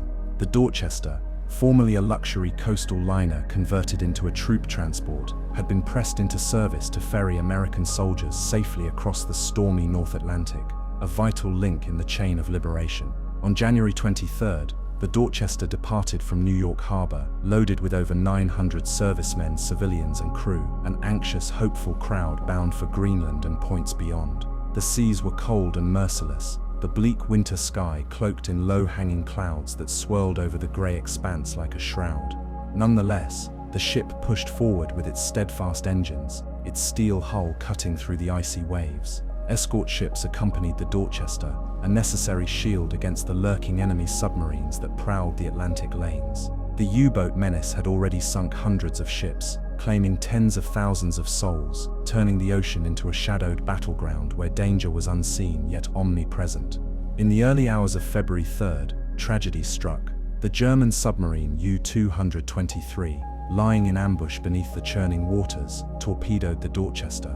The explosion ripped through the ship's hull with brutal force, tilting it viciously and setting off alarms that shattered the fragile calm. The night air filled with chaos, shouts, cries, and the panicked scramble of men and women rushing to lifeboats and rafts. Yet the icy waters of the North Atlantic were merciless. The freezing temperatures bit through clothing and flesh alike, turning hopeful survival into a desperate race against time.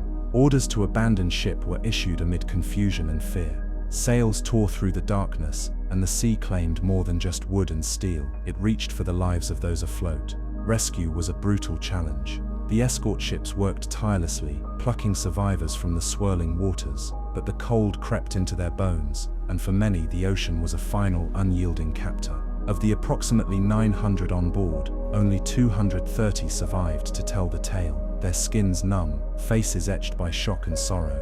Among the survivors and those lost, one small story shone with profound humanity, the story of the 4 chaplains. As the Dorchester sank, panic threatened to dismantle order, yet 4 men of different faiths, Father John Washington, Rabbi Alexander Good, Reverend Clark Poling, and Minister George Fox, stood united amidst chaos. They calmed the fearful and bandaged the wounded, offering prayers and hope to those around them. When the lifeboats became overcrowded, these 4 selfless men gave up their own spots for others, removing their life jackets and passing them to soldiers clinging to life. Witnesses reported seeing the chaplains standing together on the deck, arms linked, facing the icy dark as the final moments approached. Their sacrifice became a powerful symbol of unity and courage that transcended divisions of faith and background. Decades later, their legacy is commemorated in memorials across the United States and abroad, reminding all who hear their story that even in the darkest of nights, human compassion can light a beacon against despair. Back to the broader tragedy, the Dorchester's sinking encapsulated the brutal reality of wartime sea voyages. Unlike battles fought on visible fields, here the enemy was hidden beneath the waves, striking swift and deadly. The icy Atlantic was merciless, and each crossing was a gamble where hope and despair stood neck and neck. The aftermath prompted changes in convoy tactics, lifeboat drills, and rescue priorities, but the ocean remains a cold and indifferent witness to human loss. Bell rings echo faintly in maritime museums and solemn ceremonies, stirring a quiet reflection in the hearts of those who remember. What of the ship itself? For years, the Dorchester's resting place was unknown, but advances in underwater exploration uncovered her final resting spot some 670 feet below the surface, a silent grave marked only by rusting metal and drifting currents. Dive teams found remnants of the vessel, twisted and broken yet evocative of her proud history and sudden demise. Her story, though woven into the tapestry of the global war, also stands apart as a deeply human tale. The faces turned to tragedy aboard her decks were reflections of countless others lost at sea, fathers, sons, brothers, and comrades caught between the enormous forces of history and the relentless movement of the ocean. Slowly, their voices have been gathered through letters, diaries, and memories passed down through generations, allowing us to glimpse the lives that flickered briefly before the sea's cold embrace. It is these stories, fragments of humanity, that transform statistics into living remembrance. As you imagine the vast Atlantic night where the Dorchester slipped beneath the waves, think also of the courage and unity born in that darkness, the stories of sacrifice, and the quiet promises to never forget. Tonight, as the ocean's cold breath mingles with the stirring stars, let the tale of the MV Dorchester soothe and inspire. A reminder that beneath the sea's endless motion lies not only mystery and loss, but an enduring testament to the resilience of the human spirit. In the stillness between waves, listen closely. You might catch the faint echo of solemn voices and prayers, carried softly yet surely across the restless tide, guiding lost souls toward peace and our own quiet reflection. Part 16. The enigmatic disappearance of the SS Pacific. The ocean's vast and restless expanse has swallowed countless vessels over the centuries, witnessing the dance of ships and storms of courage and calamity. Among these innumerable stories, few are as hauntingly unresolved as the disappearance of the SS Pacific, a passenger steamer whose final voyage vanished into the mysterious depths of the northeastern Pacific Ocean in the late 19th century. Tonight, we set sail into this long-forgotten chapter, a tragic enigma that lingers quietly beneath the waves and in the margins of maritime history. The SS Pacific was a wooden-hulled steamship, built in 1850 and refined over the years into a reliable and well-regarded vessel. She operated primarily along the rugged coasts of the western United States and Canada, carrying passengers, mail, and cargo between bustling ports, a lifeline for communities separated by imposing mountain ranges and turbulent seas. During the latter half of the 19th century, the Pacific Northwest was a region of rapid growth, where steamships like the Pacific were vital to commerce, communication, and human connection.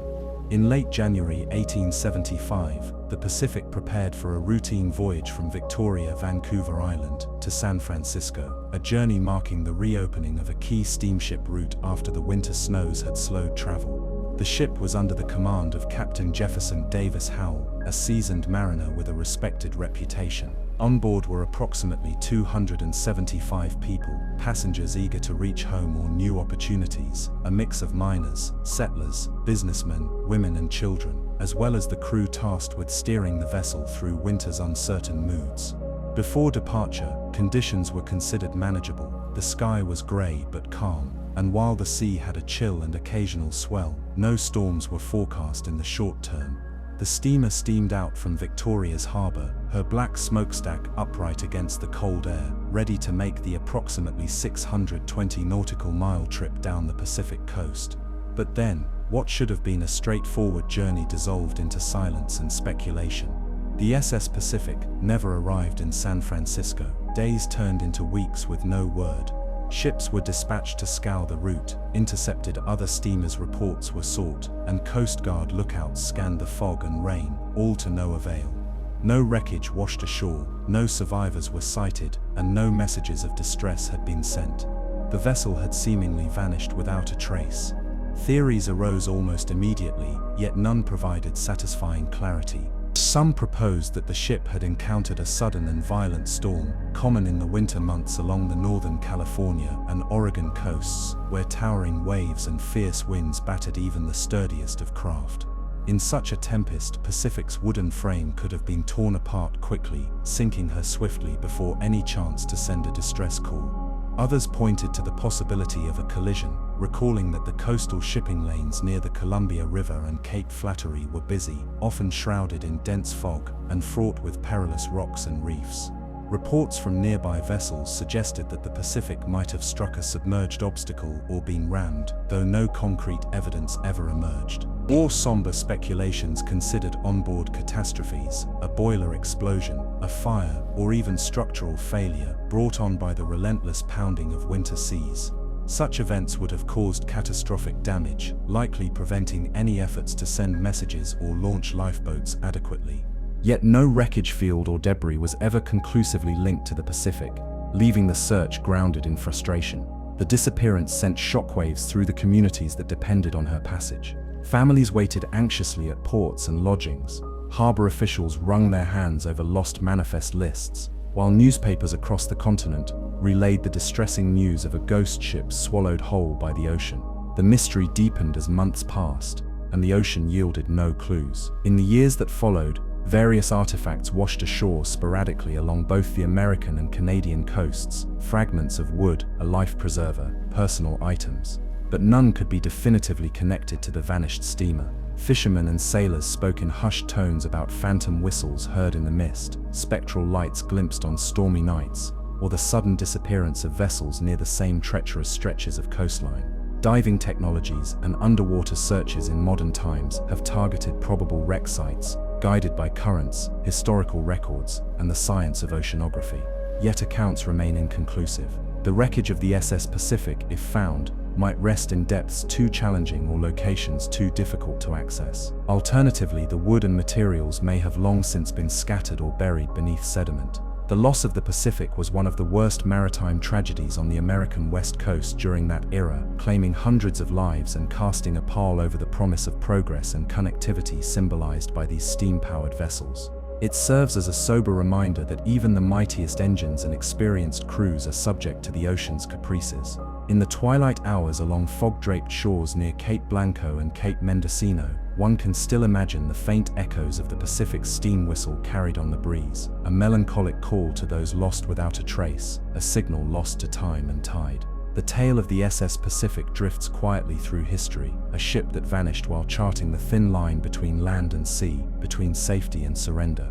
Her story is woven into the fabric of the North American coastline's maritime past, a silent enigma lying just beneath the waves. Tonight, as the tide slips steadily over rocky shores and the wind hums softly through coastal forests, picture the Pacific's final voyage, a journey begun with hope and ending in unanswered silence. In that stillness, the ocean invites you to listen not only to what is told, but to the vast unspoken mysteries beneath the surface, where ships may vanish and stories ebb away with the coming dawn. Part 17. The haunting legend of the Octavius, the frozen ghost ship. Across the vast and icy reaches of the Arctic, where light dances in shimmering ribbons across the endless twilight, stories drift like snowflakes, fragile yet persistent, cold yet captivating. Among these tales that cling stubbornly to memory is the haunting legend of the Octavius, a ghost ship said to have been discovered frozen in the polar ice, a silent time capsule carrying its tragic secret across decades and centuries alike. Our story begins on a frigid November day in the early 18th century, around the year 1761, when the Octavius, a merchant vessel sailing out of London, was last seen departing on a voyage bound for the Orient. She was commanded by Captain John Smith, an experienced mariner who had braved storms, shifting seas, and unfamiliar ports throughout his career. The ship's holds were laden with valuable cargo, textiles, spices, and tea, precious goods destined for the markets of China and beyond. The Octavius journey would have taken her down the treacherous waters around the Cape of Good Hope, crossing the Indian Ocean, touching ports along the way before sailing toward the South China Sea, a well-worn but perilous route marked by unpredictable winds, piracy, and shifting tides. Years passed with no word of the Octavius. As ship logs rolled on and the merchant routes hummed with their ceaseless passage, whispers among sailors began to tell a chilling tale. Near the eastern coast of Greenland, on the edge of the Arctic ice pack, an icebreaker or whaling ship reportedly came upon a grisly and eerie sight. A sailing ship trapped within the jaws of the frozen sea, her rigging stiff and pale against the endless white, her hull held fast by time itself. Boarding the vessel, the rescuers were said to have found something that would haunt the imagination: the ship's crew frozen in their last moments, preserved in the merciless Arctic cold, as if caught mid-motion, faces frozen in expressions of fear, despair, and unanswered questions. The captain's log reportedly lay on deck with the final entry dated some 17 years earlier, chronicling progress through increasingly inhospitable waters as the vessel moved farther and farther north, trapped by advancing pack ice, powerless beneath the creeping frost. The mystery deepened with the realization that the Octavius log described a desperate struggle to escape the ice, a journey northward through uncharted territory, a doomed attempt to seek rescue or freedom far beyond the usual routes. The crew likely battled starvation, freezing temperatures, and the creeping madness that isolation in the polar void so often brings. Historical records provide only tantalizing hints about the Octavius. Some maritime historians piece the tale together from scattered reports and maritime folklore, while others dismiss it as a ghost story born of sailors' imaginations and the dark winter nights spent spinning yarns by the ship's stove. Yet the story holds undeniable power. The frozen ship, her crew caught between life and death, and the relentless grip of Arctic ice, embodies the frightening reality of human ambition colliding with nature's extremes. It invites us to consider the fragility of life in the face of the ocean's cold dominion, the thin line between bravery and oblivion. Such ghostly vessels speak to the human desire to explore, to push boundaries, and sometimes to be lost beyond reach. The image of the Octavius, a ship forever locked in ice, drifting silently in the far north, remains a spectral symbol of vanished hopes and forgotten voyages. The Arctic itself, a realm of beauty and peril, hides countless secrets beneath its ice. The dangers faced by crews like those aboard the Octavius, navigating shifting flows, battling frostbite and isolation, serve as poignant reminders of the price paid in the pursuit of trade, discovery, and adventure. Stories like that of the Octavius linger in the whispers shared among sailors and polar explorers. They serve as cautionary tales, chilling narratives meant to inspire respect for the unforgiving environment so far from the warmth of home.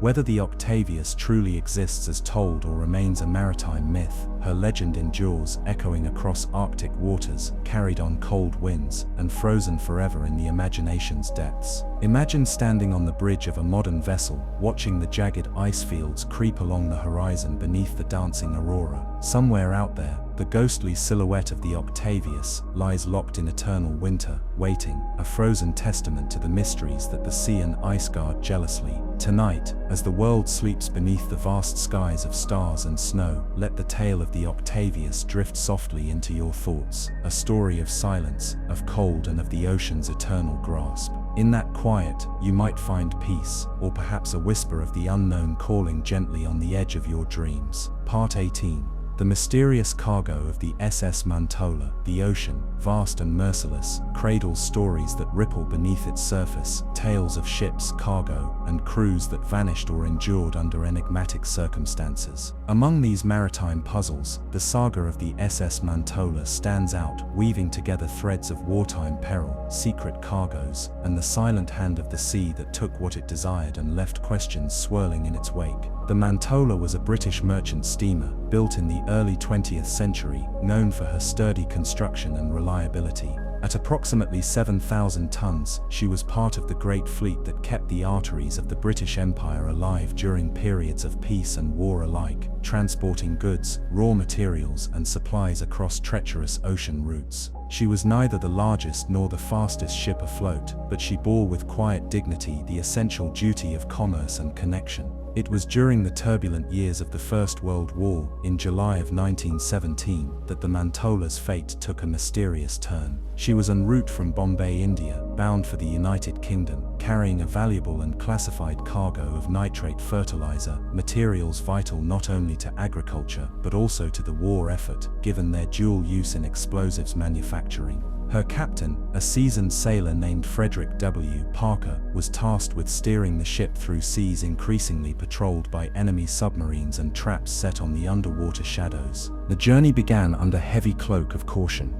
The Royal Navy had instituted convoy systems and strict protocols aimed at safeguarding merchant vessels from the prowling might of German U-boats. The Mantola was part of such a convoy, moving through the waters of the Atlantic, passing the coast of Scotland, and aiming for the industrial heartlands of England. On the night of the 9th of July 1917, as the Mantola steamed steadily along the coast of Scotland, visibility was reduced by thick fog, a deceptive veil over waters teeming with peril. Without warning, the tranquility shattered. A German U-boat, U-81, commanded by Kapitänleutnant Otto Ney, surfaced silently and launched a torpedo that tore into the hull of the Mantola. The explosion was devastating, ripping a gaping wound in the ship's side and unleashing chaos within her stout frame.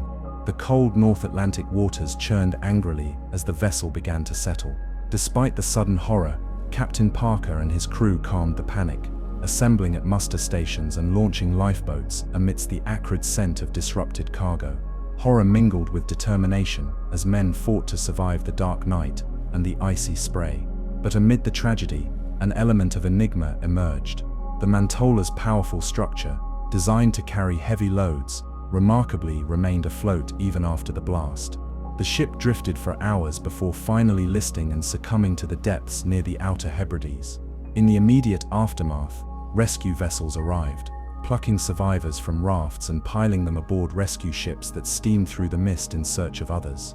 Miraculously, out of the 134 souls on board, most survived the ordeal, a testament to the courage and discipline displayed amid calamity. Yet the story of the Mantola did not end with the sinking. What intrigued naval intelligence and maritime experts alike were the reports about what had been aboard beneath the hold decks. The nitrate fertilizer, a commodity vital and dangerous in its own right, raised questions about the nature of the explosion and the subsequent threats presented by the wreck.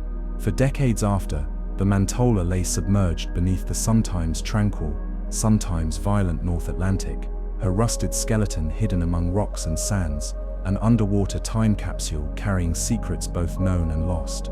Divers and researchers who explored the wreck in later years described the Mandarin-like state of the site, twisted metal, remnants of cargo hold structures, and the quiet persistence of ocean life, reclaiming what man had built. The precise location, near the treacherous coast where tides shift unpredictably, made further investigation challenging.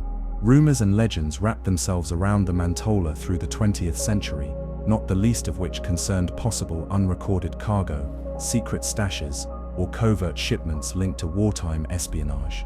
Some whispered that the vessel might have been carrying more than just fertilizer, possibly munitions or supplies destined for clandestine operations.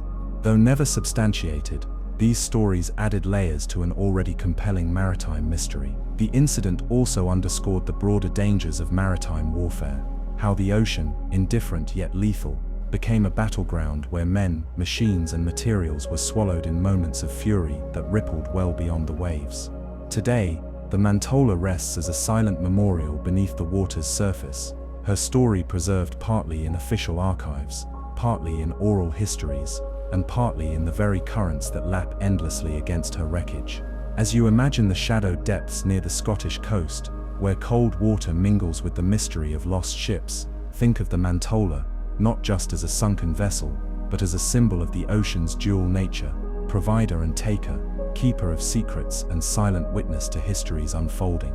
No matter how many years pass, the echoes of that foggy night in 1917 linger, stories of courage amid destruction, of cargo both precious and perilous, and of the everlasting dialogue between humankind and the boundless sea. Tonight, as the waves whisper along the shores where wind-borne tales roam, the Mantola invites us to pause, to listen, and to drift gently into wonder, reflecting on the narratives entwined in every shipwreck, and the ocean's eternal role as both graveyard and storyteller.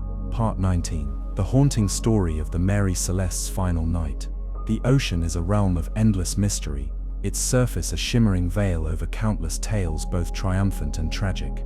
Among these stories, few have carried such an enduring ghostly whisper as that of the Mary Celeste, a ship that has captivated imaginations for over a century with its puzzling silent voyage into the unknown. Tonight, we dive deeper, exploring not just the discovery, but what might have unfolded in those final hours aboard this phantom vessel.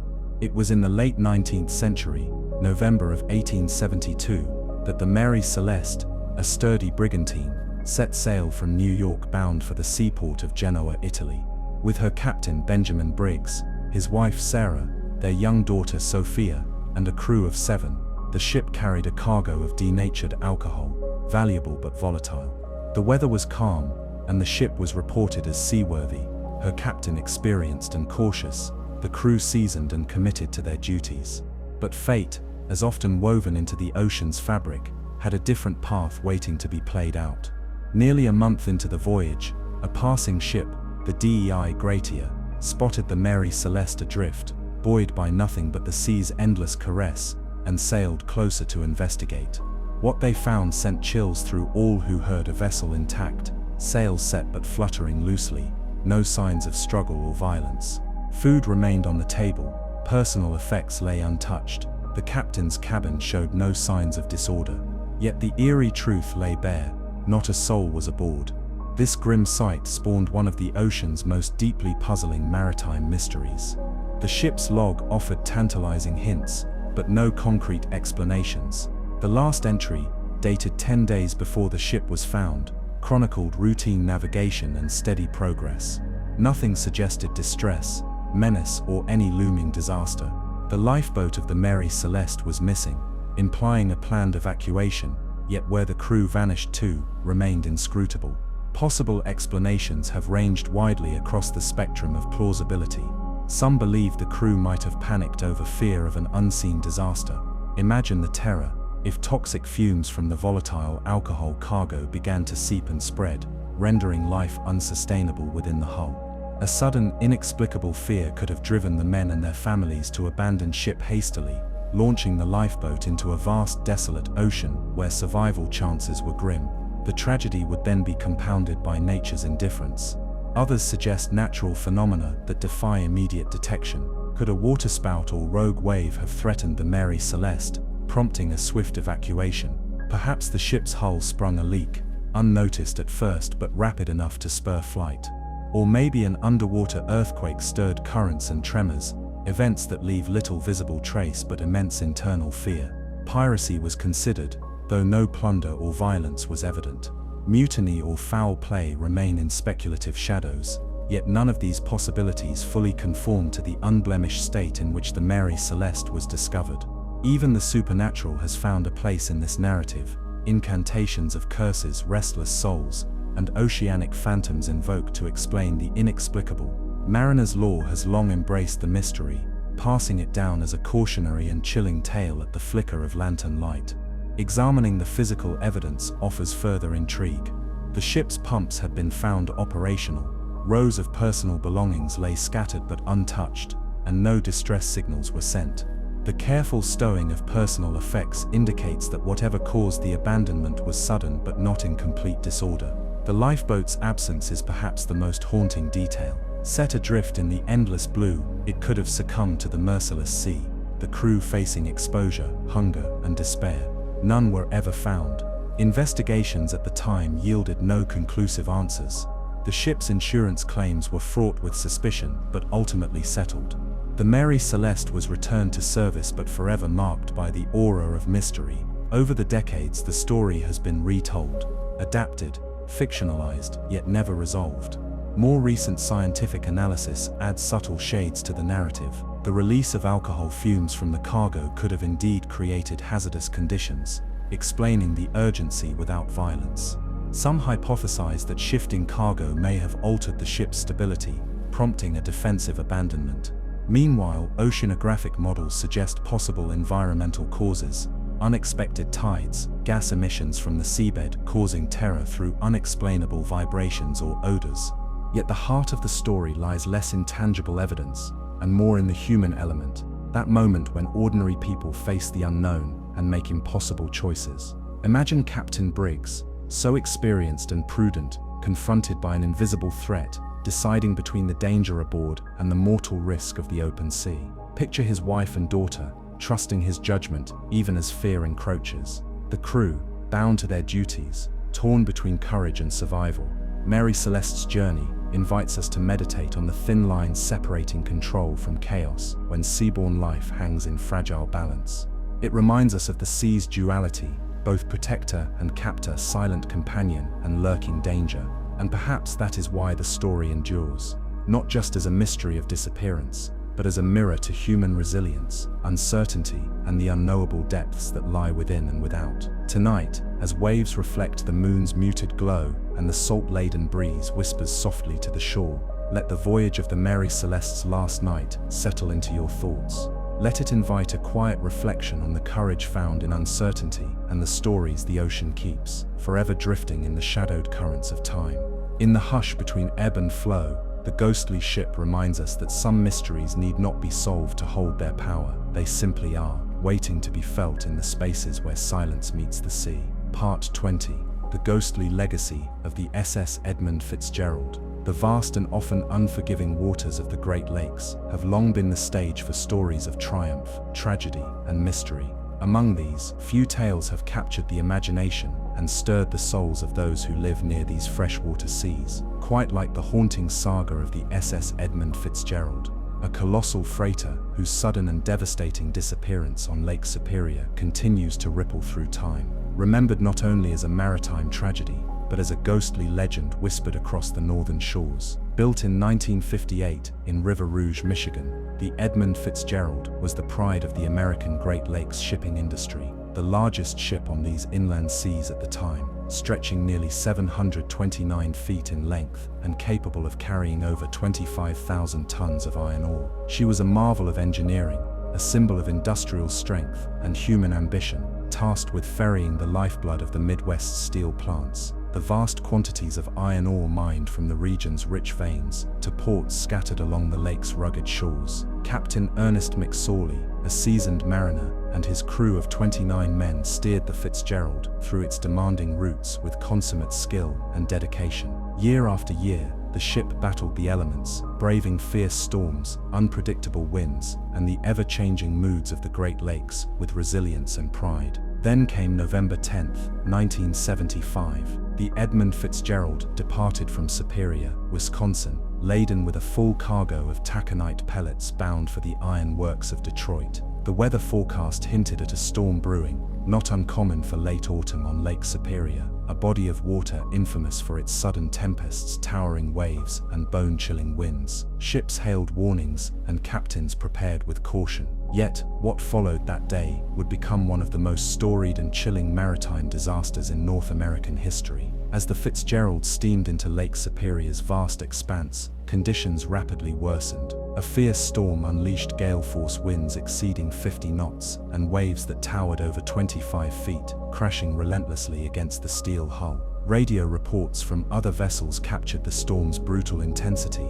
wind howls over the static, desperate calls from ships battling the fury of nature, and the haunting knowledge that the lake was rising in anger. Communication with the Edmund Fitzgerald was sporadic but urgent. The ship's last known messages indicated severe difficulties, mention of taking on water, structural concerns, and a growing struggle to maintain control. Yet, despite valiant efforts, the Fitzgerald's fate was sealed beneath the raging waves. In the early morning hours of November 10th, the ship sent its final fragmented radio transmission, a simple, almost resigned plea: "We are holding our own." Less than an hour later, the Edmund Fitzgerald vanished from radar and never responded again. The massive freighter, once a titan upon these inland seas, was lost. No distress signals followed, no survivor would tell the tale. Rescue and search operations were swift but grim, only debris and personal items washing ashore. No bodies initially recovered, save for a single life preserver. What sank the Edmund Fitzgerald so suddenly? Theories abound, each woven from the threads of meteorology, naval architecture, and the unforgiving natural environment. Some experts point to the ferocity of the November storm, a weather event that unleashed a deadly combination of high winds and powerful waves known to batter ships indiscriminately. The Fitzgerald's hull, subjected to such punishment, may have succumbed to structural failure, hull breach, or cargo shift, causing rapid flooding and loss of stability. Others believe that shoaling near Whitefish Bay, shallow waters with hidden reefs and sandbars, played a key role. Perhaps the ship ran aground or struck an unseen obstacle, compromising the hull and leading to its swift demise. Another line of thought focuses on the integrity of the hatch covers, the massive steel plates designed to shield the cargo holds. Failure to maintain watertight seals or damaged covers may have allowed waves to flood the holds, destabilizing the massive vessel against the storm's onslaught. Add to this the possibility of rogue waves, immense solitary walls of water appearing suddenly amid the storm's chaos, powerful enough to shatter decks, damage superstructures, or overwhelm any ship, no matter how sturdy. In the decades since, marine investigators have pored over recovered data, including dive expeditions to the wreck, sonar scans of the lakebed, and analysis of recovered artifacts to piece together the final moments as best as possible. Yet, despite meticulous studies, the exact cause remains shrouded in uncertainty, leaving the Edmund Fitzgerald enshrined in mystery as much as tragedy. What endures beyond the technical details is the human story. The lives lost aboard, men committed to their profession, and the unyielding demands of the lakes remind us of the fragile balance between human endeavor and nature's might. Families mourning husbands, fathers and sons, communities forever touched by the sudden silence that followed that November night. The legend of the Edmund Fitzgerald was immortalized by Canadian folk singer Gordon Lightfoot, whose ballad, The Wreck of the Edmund Fitzgerald, paints a haunting portrait of loss and solemn remembrance, its melody carrying across the Great Lakes region with reverence and sorrow. In the quiet hours of the night, when the wind sighs softly over Lake Superior's vast surface, there are whispers of the Fitzgerald, a ghostly presence moving beneath the waves, a reminder of the lake's power to give and take with equal measure. Fishermen speak of lights flickering where none should be, and sailors tell of a solemn calm where storms once raged. The wreck lies at a depth of over 520 feet, resting silently on the cold, dark lakebed, the largest shipwreck in the Great Lakes, preserved by the cold fresh water, a submerged memorial to a moment frozen in time. The story of the Edmund Fitzgerald invites contemplation of the oceans, or in this case the lake's duality, its capacity to nurture commerce and life, yet to claim sovereignty in an instant indifferent to human aspirations. Tonight, as you picture the endless horizon of Lake Superior stretching beneath a canopy of stars, imagine the Fitzgerald's steel beams and shattered decks hidden beneath the water's surface. Feel the gentle rocking of the waves, hear the echoes of a storm long past, and remember the men who sailed one last voyage, carried forever by the silent, ghostly waves. In this quiet moment, the Great Lake breathes its eternal rhythm, a lullaby of hope and loss, of mystery and memory, beckoning us to listen, to wonder, and to respect the deep blue expanse where stories drift, forever untold. Part 21. The Unexplained Silence of Flight 19 and the Bermuda Triangle. The ocean holds countless mysteries, and among them none have captured the collective imagination, quite like the enigma of Flight 19, a story entwined with whispers of fate, fear, and the deep, alluring legend of the Bermuda Triangle, a region in the western part of the North Atlantic Ocean, where numerous ships and aircraft have seemingly vanished without explanation. Tonight, we set off on a journey through the skies and seas to revisit one of the most perplexing and haunting incidents ever recorded in maritime and aviation history. It was December 5th, 1945, a day like many others in post-war America, a time marked by the transition from conflict to peace, but still rippling with the echoes of war. The U.S. Navy was conducting routine training exercises out of the Naval Air Station Fort Lauderdale, Florida. 5 Grumman TBM Avenger torpedo bombers, collectively known as Flight 19, was scheduled for a navigation and bombing practice mission over the Atlantic, a routine operation undertaken regularly by seasoned aviators. Commanding the flight was Lieutenant Charles Carroll Taylor, an experienced pilot known for his skill and leadership. Accompanying him were 14 other crew members, each prepared to complete their exercises and return safely to base. It was a cloudless day from the point of view of weather reports, with visibility good and seas calm. As Flight 19 took off just before noon, radios buzzed with routine communications, course directions, and the occasional joke, the camaraderie of men trained for the demands of war, but eager to resume peacetime duties. The mission began smoothly. The The plane's executed bombing runs over the Gulf of Mexico and prepared to navigate back toward base. However, shortly after completing their practice, the first indications of trouble emerged. Lieutenant Taylor radioed in confusion, reporting a malfunction in his compass instruments. More distressingly, he expressed uncertainty about their position, the directions seemingly contradictory to expected navigation. The Avengers were flying blind into a part of the ocean that seemed to stretch endlessly, with no recognizable landmarks and, it appeared, no reliable instrumentation. The transmissions from Flight 19 perplexed controllers on the ground. Taylor's voice revealed growing concern as he narrated attempts to regain bearings, a fluctuating heading, and an encroaching sense of disorientation. The skies, once clear, seemed to obscure their path, and the vast Atlantic stretched below like a boundless, featureless tapestry. Meanwhile, rescue efforts began swiftly. A PBM Mariner flying boat was dispatched to locate and assist the missing planes. This aircraft, manned by a crew of 13, soon found itself embroiled in the mystery. Radio communications from the Mariner grew terse and finally ceased altogether. Later, wreckage believed to be from this rescue plane was found, though no survivors emerged, adding only layers to the tragic puzzle. Returning to Flight 19, the transmissions revealed increasing distress. Taylor spoke of fuel shortages, the fading sun, and calls for ditching in the water. Final messages were garbled, filled with static and fragmented words. Then silence. Neither Flight 19, nor the rescue Mariner nor their crews were ever seen again. Despite exhaustive searches spanning weeks and covering thousands of square miles, no confirmed wreckage or remains were discovered.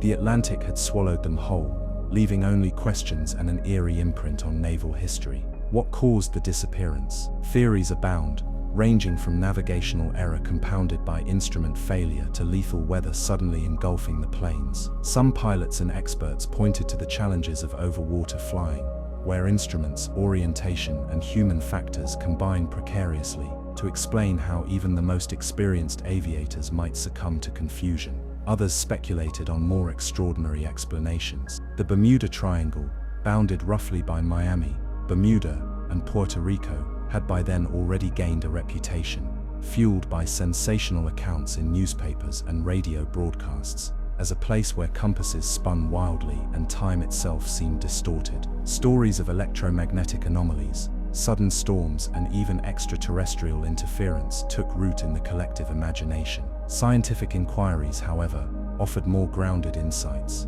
The area is known for rapidly changing weather patterns, strong currents, and navigation hazards such as the Gulf Stream, a powerful warm Atlantic Ocean current that can carry debris far from a crash site, complicating recovery efforts. Additionally, the magnetic variations in the region can affect compass readings, especially in older aircraft relying heavily on such tools. Flight 19's loss had profound impacts. It catalyzed revisions to training protocols for overwater navigation, improvements in communication devices, and reinforced the risks inherent in aviation. Yet, more than anything, it imprinted itself as a symbol of enigma. For decades, the mystery has persisted in popular culture and scientific debate alike. Books, documentaries, and films have portrayed Flight 19 and the Bermuda Triangle as haunting and sometimes supernatural, while skeptics emphasize natural causes and human error. Yet, despite extensive scrutiny, some aspects remain unresolved or obscured by limited evidence. Lost ships, planes, and stories beyond Flight 19 populate the Bermuda Triangle's lore. Vessels like the USS Cyclops and aircraft, such as Star Tiger and Star Ariel, sharing similar fates, their disappearances punctuating the ocean's vast indifferent domain. What endures is the image of those 5 Avenger bombers rising into the sky that December afternoon, their engines humming a soundtrack now lost to history, their pilots facing unforeseen perils beneath the vast blue ceiling, heading into a void where the sea and sky seem to merge endlessly. Imagine, as daylight fades softly over the Atlantic, how the pilots might have looked down upon the shimmering waves below, navigating through unseen currents, trusting their instruments and instincts amid uncertainty, a poignant reminder of how even the most modern technology and human skill can be vulnerable. Tonight, as shadows lengthen and the ocean's breath becomes cooler, we remember Flight 19, not only as a ghostly tale of disappearance, but as an enduring testament to the vastness of the unknown, the fragile boundary between certainty and mystery, and the sea's eternal invitation to wonder and respect. In the quiet between waves, where sound fades and stars begin to pepper the sky, the silent skies above the Bermuda Triangle still hold their secrets. Flight 19, with its unanswered calls and vanished wings, continues to soar in memory, a ghostly flight forever etched into the ocean's eternal horizon. Part 22, the silent voyage of the SS Bachimo, the vast Arctic Ocean, a realm of icebound mystery and breathtaking silence, has long been a theater for tales that defy understanding, stories of ships caught in frozen tombs, crews battling the relentless cold, and vessels that disappear beneath glaciers only to reappear like ghosts drifting upon the tides. Among these stories stands one of the most enduring and haunting, the saga of the SS Bachimo, a ghost ship whose spectral voyage spanned decades and the icy expanse of the far north. The Bachimo was no ordinary freighter. Built in Sweden in 1940 and originally christened the Ångermanälven, she was a steel-hulled cargo ship designed for the demanding task of ferrying goods through the treacherous waters of the Arctic. With a length just shy of 300 feet, the Bachimo was built to withstand the acerbic conditions of the northern seas, where shifting ice flows and bone-chilling temperatures tested both man and machine. Later sold to the Hudson's Bay Company, she was assigned the critical role of transporting furs, supplies, and mail between remote trading posts scattered across the Canadian Arctic.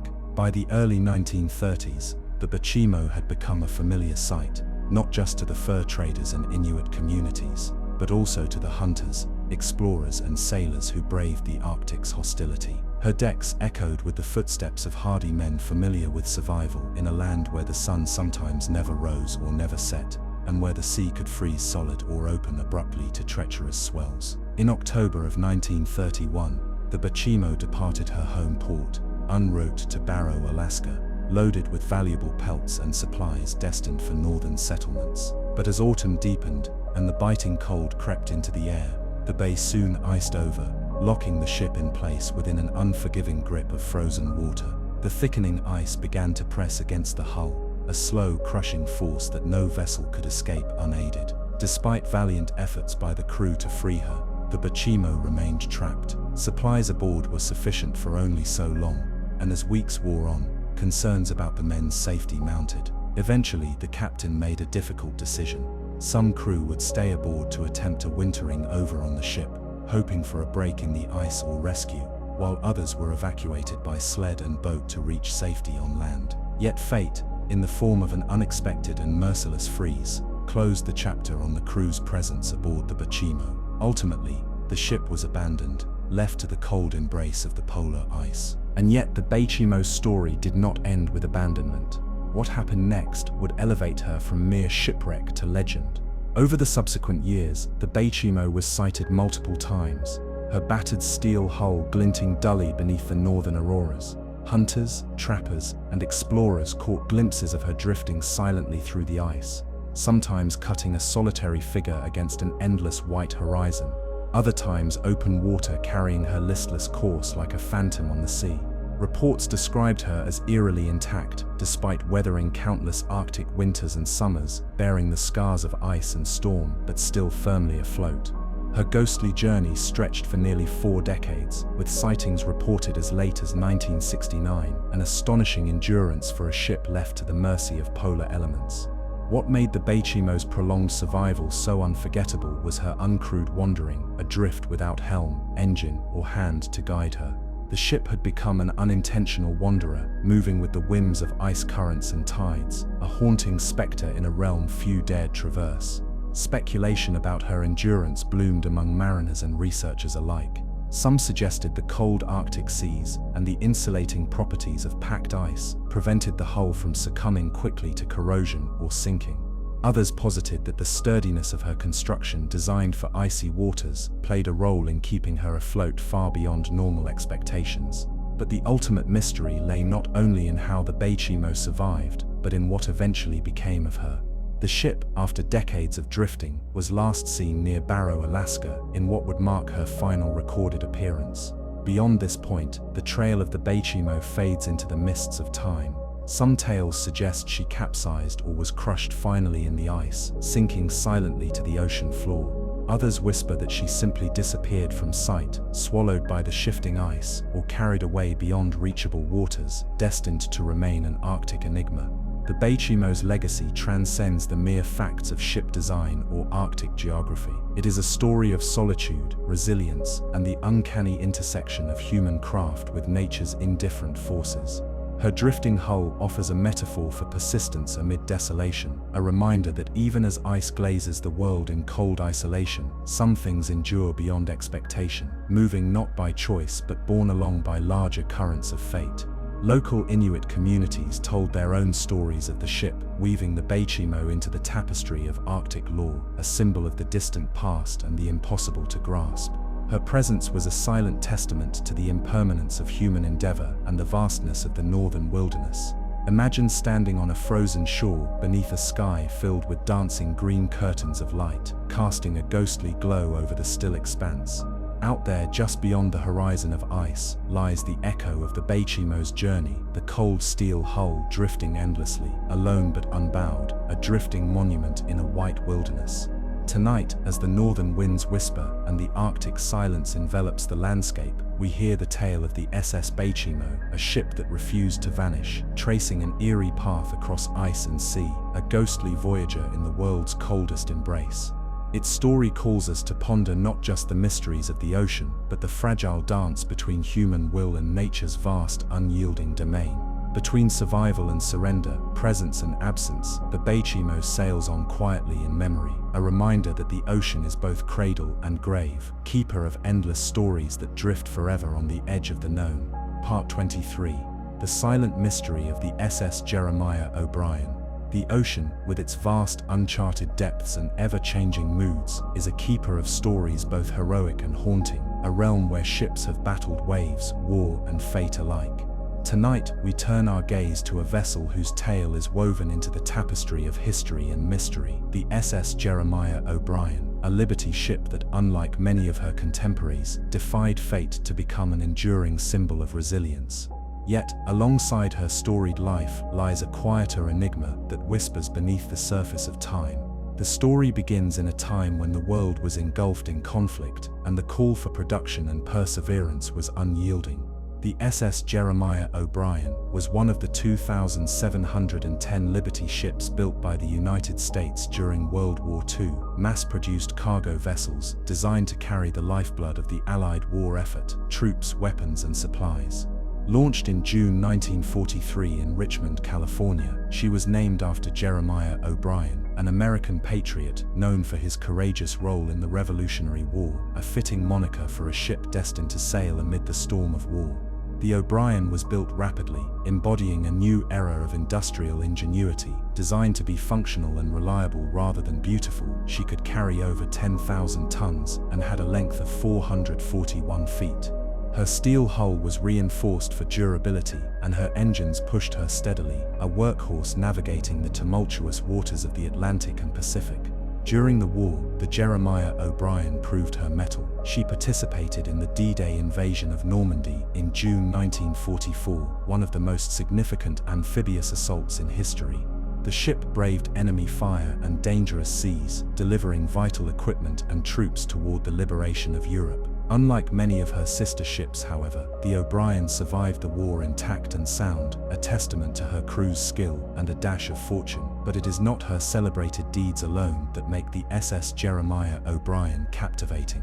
It is the silence that surrounds certain moments in her long voyage, the subtle mysteries that linger in the shadow of history. In the immediate post-war years, the ship transitioned to peacetime duties, serving as a cargo vessel, ferrying goods across the ever-expanding commercial routes. Yet between these missions, those aboard the O'Brien began sharing unusual experiences, whispers of inexplicable occurrences during quiet moments at sea. Though no official records recount these tales, crew members spoke privately of strange lights flickering on the horizon, sudden inexplicable chills descending on the decks, and a pervasive sense of otherworldly presence when the ship sailed alone in the darkest nights.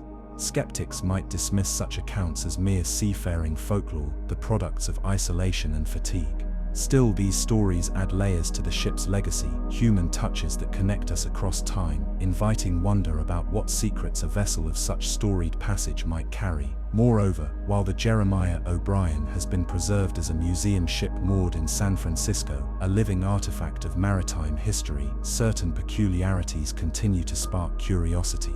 Visitors and volunteers have recounted fleeting sensations of movement or noises unaccounted for by the creaking steel or bustling crowds, a ship that breathes with history, where the echoes of decades linger in the steel ribs and wooden decks. One notable episode occurred during restoration efforts in the 1970s. Workers often felt a palpable drop in temperature in specific corridors, just as if the ship sought to remind them of its enduring spirit.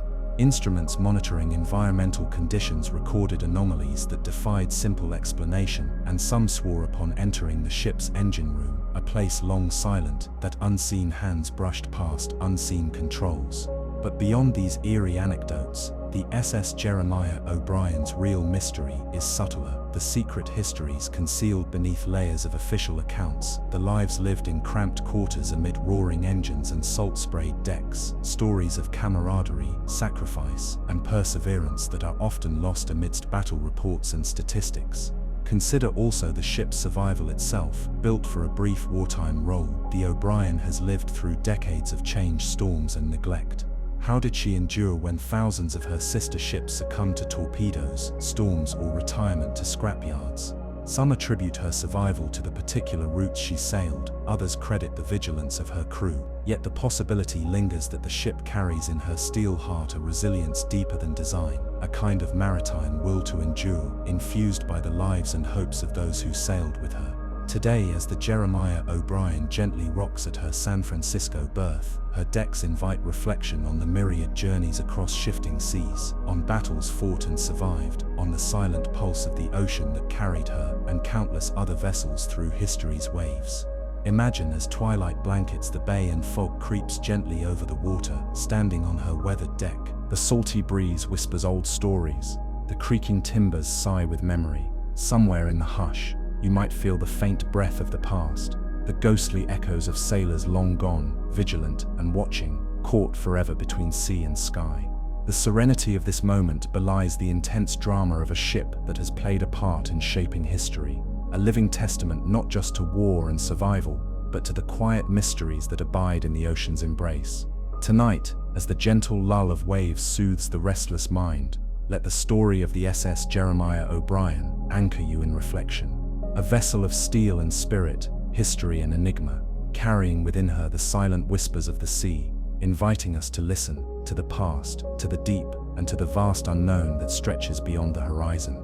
In that quiet space between movement and stillness, among the salt-laden air and rolling tides, the Jeremiah O'Brien remains, a sentinel of time, a keeper of mysteries, and a beacon for all who dare to remember. Part 24. The unfathomable disappearance of the MV Joyita revisited. The ocean's vastness is often compared to time itself, endless, mysterious, and unyielding to our attempts to fully comprehend it.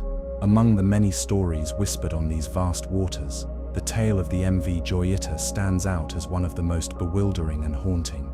Its story, marked by inexplicable absence and eerie silence, continues to puzzle experts and dreamers alike, a timeless riddle adrift in the warm, shimmering expanse of the South Pacific. In October 1955, the Joyita, a sturdy schooner-rigged ketch, was preparing for a routine voyage between the remote islands of Micronesia. Originally a fishing and trading vessel, she had adapted over the years to carry cargo, passengers, and supplies across vast stretches of ocean that dotted the equatorial seas, with scattered atolls and coral reefs. Her reputation was that of a reliable craft, trusted by islanders and traders who depended on her to navigate waters as beautiful as they were treacherous. On the morning of October 3rd, the Joyita departed from Apia, Samoa, carrying 25 souls, a crew of 15 along with a handful of passengers and cargo that ranged from medical supplies to trade goods. Captain Thomas H. Millard was at the helm, a seasoned sailor familiar with the rhythms of these islands and the shifting moods of the Pacific. The voyage to the Tokelau Islands, nearly 270 miles away, was well within the ship's capabilities, and the crew expected a smooth passage. The initial journey unfurled without incident. The sea shimmered beneath bright sunlight, the trade winds guiding the Joyita eastward through the peaceful waves. Yet, as the days passed and the expected arrival time came and went, unease began to ripple through the islands. No word came from the Joyita, no radio report or passing signal. A search was mounted, vessels sent out to search the route, and then, on October 10th, the eerie silhouette of the Joyita was spotted drifting off the coast of Vanuatu in Fiji. What those who approached found was nothing less than a ghostly tableau. The ship was afloat but crippled, listing heavily to one side, her decks cluttered with debris and the chaotic detritus of an abrupt and unexplained abandonment. Her engines were silent, flooded, and beyond simple repair. Radio equipment lay shattered, rendering any call for help impossible. Lifeboats were missing, communications gear disabled or in disarray. And yet, despite this tangible evidence of malfunction and distress, the ship's hull was intact. There was no sign of collision or fire. Food and water supplies remained untouched, indications that however sudden the abandonment, it may not have been born of immediate starvation or deprivation. The atmosphere aboard was thick with mystery. Personal effects were scattered, but without clear pattern. Navigation instruments were missing or locked away, and the ship's log, a crucial source for piecing together events, was nowhere to be found. With no survivors, no witnesses, and a vessel adrift and silent, the tale darkened from a mere mechanical failure into an enduring riddle. The official investigation, conducted by maritime authorities and naval experts, proposed several plausible scenarios. Mechanical failure was high on the list. Flooding caused by a structural leak or damage to the hull might have crippled the engines and radios, leading the captain and crew to abandon ship. Yet the conditions aboard suggested a longer survival than abandonment alone would explain, raising questions about what forced the crew into leaving their sturdy vessel in such haste. Toxic fumes or poisoning on board emerged as another theory. The Joyita had reserves of fuel and other volatile materials. A sudden release of gas or contamination could have forced a rapid evacuation. Lifeboats lowered hastily, then swallowed by the ocean's vastness, the vanished crew swallowed in a haunting tragedy. This theory gained traction, given the radio's destruction and the absence of a distress signal. More speculative hypotheses ventured into realms where human psychology and nature's mysteries meld. Some wondered whether the crew had been racked by paranoia or fear, a sudden outbreak of illness or mental distress leading to panic and flight into the unknown. Local folklore whispered of ocean spirits and curses, of invisible forces conspiring to drive men from safety into the sea's indifferent arms. The harsh facts, however, remained unyielding. The Joyita's hull was found to have several leaks and cracks, yet remarkably, the compartmentalized design with sealed bulkheads should have kept her afloat, even under severe flooding. How she drifted so far, nearly a week alone and abandoned, only to be found in such a state, fueled debates among experts about structural failures and human error. Adding to the puzzle was the strange state of the ship's engine room, a compartment flooded with seawater but showing signs of attempted maintenance and intervention. Why had the crew remained aboard as long as they could, only to leave abruptly at a moment that left no clear trace? The missing ship's log, destroyed radio equipment, and absent lifeboats constituted the unsolved heart of the Joyita's mystery. The possibility that those aboard had taken to the lifeboats and were lost to the ocean's vastness left a somber conclusion, silent, invisible, and unresolved. Over the decades, the Joyita resurfaced as a symbol of the unknown perils of the sea, a reminder that confidence on water is always accompanied by vulnerability. Authors and investigators revisited her story regularly, blending fact and speculation like a mist rolling over the Pacific horizon. Some postulate that a combination of factors, equipment failure, damage from a hidden coral reef collision, a sudden squall or shifting cargo, created the perfect storm of misfortune and confusion. Others ponder whether human decisions under pressure led to missteps that cascaded into abandonment. The fate of those lost on the Joyita's final voyage remains a solemn riddle. No bodies were ever recovered, no survivors came forward, and no definitive evidence highlighted exactly what happened on that ill-fated journey. The ocean, in her vast and inscrutable way, had taken the story and folded it into the night. Yet, in the absence of answers, the Jōiita's story offers something more profound, a meditation on the sea's dual nature as both a cradle of life and a theater of disappearance. It invites us to contemplate the thin edge where human endeavor meets nature's unpredictability and where silence can speak louder than words. Imagine the gentle creak of the ship's timbers, the subtle rocking of an empty deck bathed in tropical moonlight, the quiet heartbeat of a vessel left to drift between time and tide. In that stillness, one feels both awe and melancholy, the bittersweet mixture of human curiosity and humble acceptance. Tonight, as the warm ocean breeze breathes softly through quiet ports, the tale of the MV Jōiita lingers, a ghost ship not just in form but in spirit. A timeless reminder of the mysteries that surround us whenever we set forth across the endless blue, where the known fades into the unknown, and where stories wait patiently, drifting just beyond the horizon. Part 25. The ghostly voyage of the Carol A. Deering. The ocean stretches endlessly, a vast blue canvas painted with the stories of countless vessels, some triumphant, others tragic, many cloaked in the quiet mystery that only the sea can hold. Among these narratives, few have stirred as much speculation and wonder as the perplexing tale of the Carol A. Deering, a five-masted schooner whose empty hull washed ashore on the treacherous coasts of North Carolina, a silent witness to a maritime enigma that has baffled historians, sailors, and mystery seekers for over a century.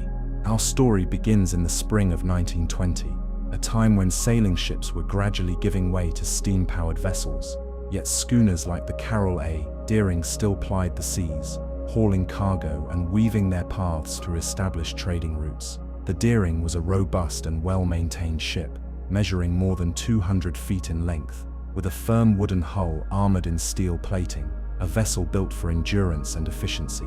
Captain William S. Meyer, an experienced mariner with decades at sea, took command of the Deering as she prepared for a voyage laden with coal and timber, destined for the lively markets of South America. The crew, around 11 men strong, embodied the grit and seafaring savvy needed to navigate the capricious Atlantic, ready for whatever the ocean would offer. On August 26, 1920, the Carol A. Deering set sail from Cape Fear, North Carolina, cutting through the waves with purpose and promise. Days turned into weeks as the ship navigated southward along the eastern seaboard and then outward across the Atlantic toward Brazil. The voyage proceeded quietly, the routines of daily life aboard the schooner marked by rigging adjustments, weather watch, and the steady rhythm of the sea.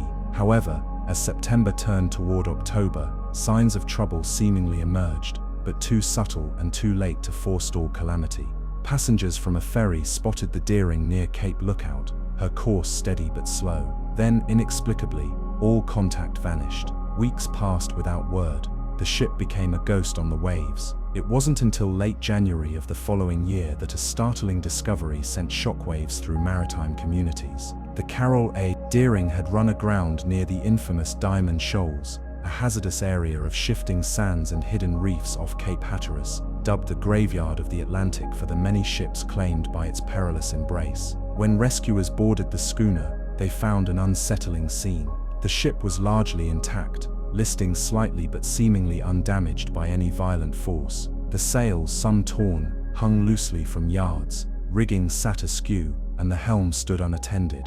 But most hauntingly, the crew was nowhere to be seen. No bodies washed up ashore, no lifeboats were found, and personal belongings were undisturbed. Meals remained uneaten, clothing and tools lay scattered as if the crew had simply vanished into the air. Several lifeboats were missing, lowered hastily, but with no survivors or witnesses. Signs of hasty retreat were marked by severed ropes and damaged equipment, suggesting urgency entwined with confusion. Speculators soon swarmed with theories, each attempting to untangle the silent riddle. The possibility of piracy was first considered, given the proximity to smuggling routes and the lawlessness often whispered about in the coastal shadows. Yet the lack of stolen cargo, untouched valuables, or signs of struggle weakened this claim.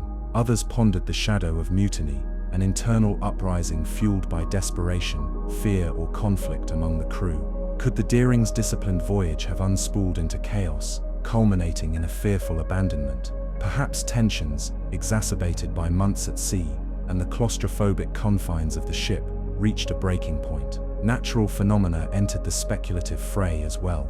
Cape Hatteras is infamous for unpredictable weather, sudden storms, and violent waves. Could a rogue wave or rapidly approaching squall have caused panic? Was there a leak or structural failure that threatened the vessel, forcing the crew off in a desperate bid for survival? Another haunting possibility involved poisonous cargo or gas, a threat invisible yet deadly. Coal dust, timber treatment chemicals, or something undisclosed aboard might have poisoned the air, compelling the crew to flee, seeking fresh air aboard lifeboats amidst tumultuous seas. Despite thorough investigation and search efforts, not a single crew member was ever found. Lifeboats vanished without a trace, swallowed by currents or storms. The case became a haunting testimony to the ocean's power to consume not only ships and goods, but also men and the stories they carried. The Carol A. Deering's story found fertile ground in folklore, inspiring whispered tales of curses on the graveyard of the Atlantic, restless spirits haunting shoals, and ghostly ships adrift. Mariners shared warnings to respect the capricious coast, while writers cemented the schooner's place among maritime legends. The more practical historians and maritime experts, though favoring explanations grounded in weather hazards and human error, acknowledged that the schooner Deering's fate remains an open book with missing pages, inviting reflection on the fragile margin between life and oblivion at sea.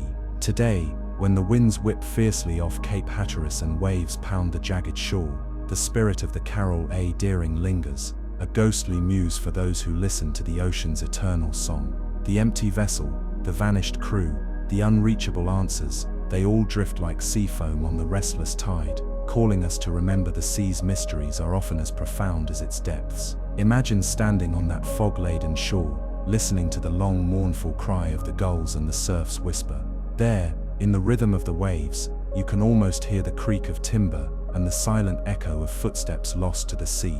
Tonight, as darkness enfolds the coast and stars shimmer cold and distant overhead, allow the tale of the Carol A. Deering to settle softly within your thoughts. Its mystery is a quiet reminder, a maritime lullaby, that even in the world's busiest ports and most traveled routes, the ocean holds secrets beyond our grasp, waiting patiently for those who dare to wonder and dream. In the boundless hush between the waves and the wind, the ghost ship drifts still, an eternal question upon the endless blue. Part 26, the enigmatic saga of the SS Valencia. The rugged coasts of the Pacific Northwest are home to stories etched in sea spray and whispered by the wind, tales of ships lost and lives forever changed by the indifferent power of the ocean. Among these enduring legends, one stands out as a haunting testament to tragedy, survival, and mystery: the story of the SS Valencia, a steamship whose ill-fated final voyage has become woven into the fabric of maritime history and folklore. Tonight, we set sail into those cold northern waters, retracing the path of the Valencia, a journey marked by hope, horror, and the relentless grip of the sea. Built in 1882 by the renowned Harland and Wolff shipyard in Belfast, the SS Valencia was a passenger and cargo steamship belonging to the Oregon Railway and Navigation Company.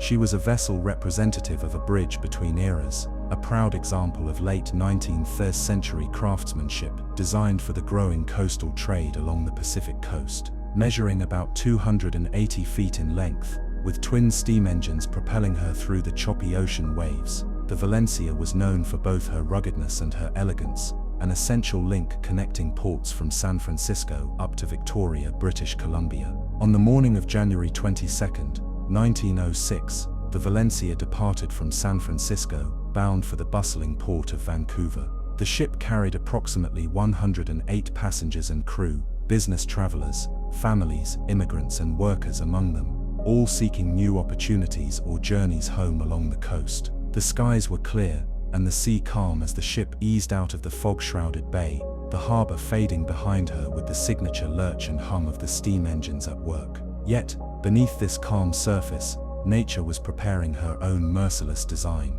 As the Valencia pressed northward along the rugged coastline, weather conditions rapidly shifted. A fierce winter storm descended upon the region, bringing icy winds, heavy rain, and swelling seas. The Pacific Northwest coast, already infamous for treacherous rocks and fog-shrouded waters, became a battlefield of wind and wave. Visibility dropped sharply, and towering waves battered the ship's steel hull as she struggled to maintain course. On the night of January 24th, with the storm reaching its peak, the Valencia's situation turned dire. Navigational challenges compounded by the tempestuous weather led the ship dangerously close to the jagged reefs near Vancouver Island's Brooks Peninsula, a section of coast notorious for shipwrecks and shifting tides. Despite the crew's skill and desperate attempts to steer clear, at approximately 2 a.m., the ship collided violently with Black Reef, her hull ripped open, and her prow wedged mercilessly among the rocky crags. The impact sent shockwaves through those aboard.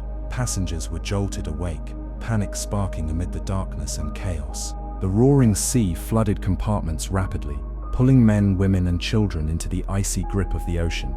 The crew worked feverishly to launch lifeboats, sound distress signals, and organize passengers, but the storm's fury frustrated every effort. Lifeboats were smashed against the cliffs or capsized in pitching waves. Communications were hampered or non-existent. The darkness obscured landmarks and blotted out hope. For hours, the ship groaned on the reef, gradually breaking apart beneath the relentless assault of the Pacific swells. Some survivors managed to cling to debris or scramble onto the sharp rocks, fighting hypothermia and exhaustion. Others were swept away into freezing waters, swallowed by the depths in silence. Rescue efforts commenced as weather allowed, but the remoteness of the crash site and the ferocity of the storm impeded immediate relief. Local indigenous communities assisted in recovering survivors, providing shelter and care against the bitter cold. In the end, of over 100 souls aboard, only about 30 survived, a grim testament to the storm's wrath and the peril inherent to the coastline. But the Valencia's story echoes beyond cold statistics, carrying lessons woven into the collective memory of seafarers, historians, and those who cherish the sea's impermanence. What happened aboard those final hours aboard the Valencia? Witness accounts recount harrowing scenes of courage and desperation. Passengers described water pouring into cabins, screams muffled by the roar of wind and surf, and moments of stark clarity where bonds of humanity deepened among strangers facing death together. Letters recovered later told of families holding on to each other, crews sacrificing personal safety to help others, and quick thinking that saved lives amid chaos. The tragedy also exposed shortcomings in early 20th century maritime safety. The Valencia lacked adequate lifeboat capacity for all aboard, a deficiency common to many vessels of her time, but painfully felt on that fateful night. Navigational technology, though evolving, was insufficient in dense storms and poor visibility, emphasizing the risks inherent in coastal travel then. In the aftermath, investigations led to changes in coastal safety regulations, improved lifeboat provisions, and the establishment of better maritime warning systems along the Pacific coast. Lighthouses were upgraded, and radio communications became mandatory, shaping the future of safer navigation. Yet, shadowed within the tragedy are lingering mysteries. Some survivors spoke of strange lights offshore shortly before the collision, mistaken signals, or unexplainable phenomena. Others recall ghostly cries carried by the wind, tales that the spirits of those lost still haunt the remote cliffs. The location of the Valencia's wreck was long a subject of speculation. Years later, divers and archaeologists discovered scattered debris along the rocks and submerged remnants, though the ship itself had been largely broken apart and claimed by the ocean's depths and shifting sands, an eternal resting place beyond reach. Local indigenous stories connect the tragedy to the spiritual landscape of the coast, narrating respect for the sea's power and cautionary tales, reminding seafarers to honor nature's unpredictable dominion. The SS Valencia's story remains a somber chapter in the Pacific Northwest's maritime legacy, a reminder of human fragility, the ocean's might, and the eternal dance between man's endeavor and nature's will. It invites reflection on survival, the bonds forged in disaster, and the importance of learning from past losses. Imagine a quiet night along the misty shores of Vancouver Island, where the waves lap softly against darkened stones and the wind whispers through ancient trees. Beneath the surface, the sea cradles the remains of the Valencia, guarded by time and tide. On stormy nights, locals say you might hear distant echoes, a ghostly horn, a call for mercy whispered on the salt air, a memory born of water and loss. Tonight, as you envision that rocky coast bathed in moonlight and shrouded by fog, let the Valencia's tale wash over you, a story of a ship, a storm, and souls caught between sea and sky. a maritime lullaby offering both warning and solace, reminding us that in every wave and every silence lies the heartbeat of history, ever flowing toward the endless horizon. Part 27. The phantom silence of the SS Bechimo. The Arctic Ocean, a realm of stark beauty and relentless cold, has long been the stage for stories that blend endurance, mystery, and the merciless hand of nature.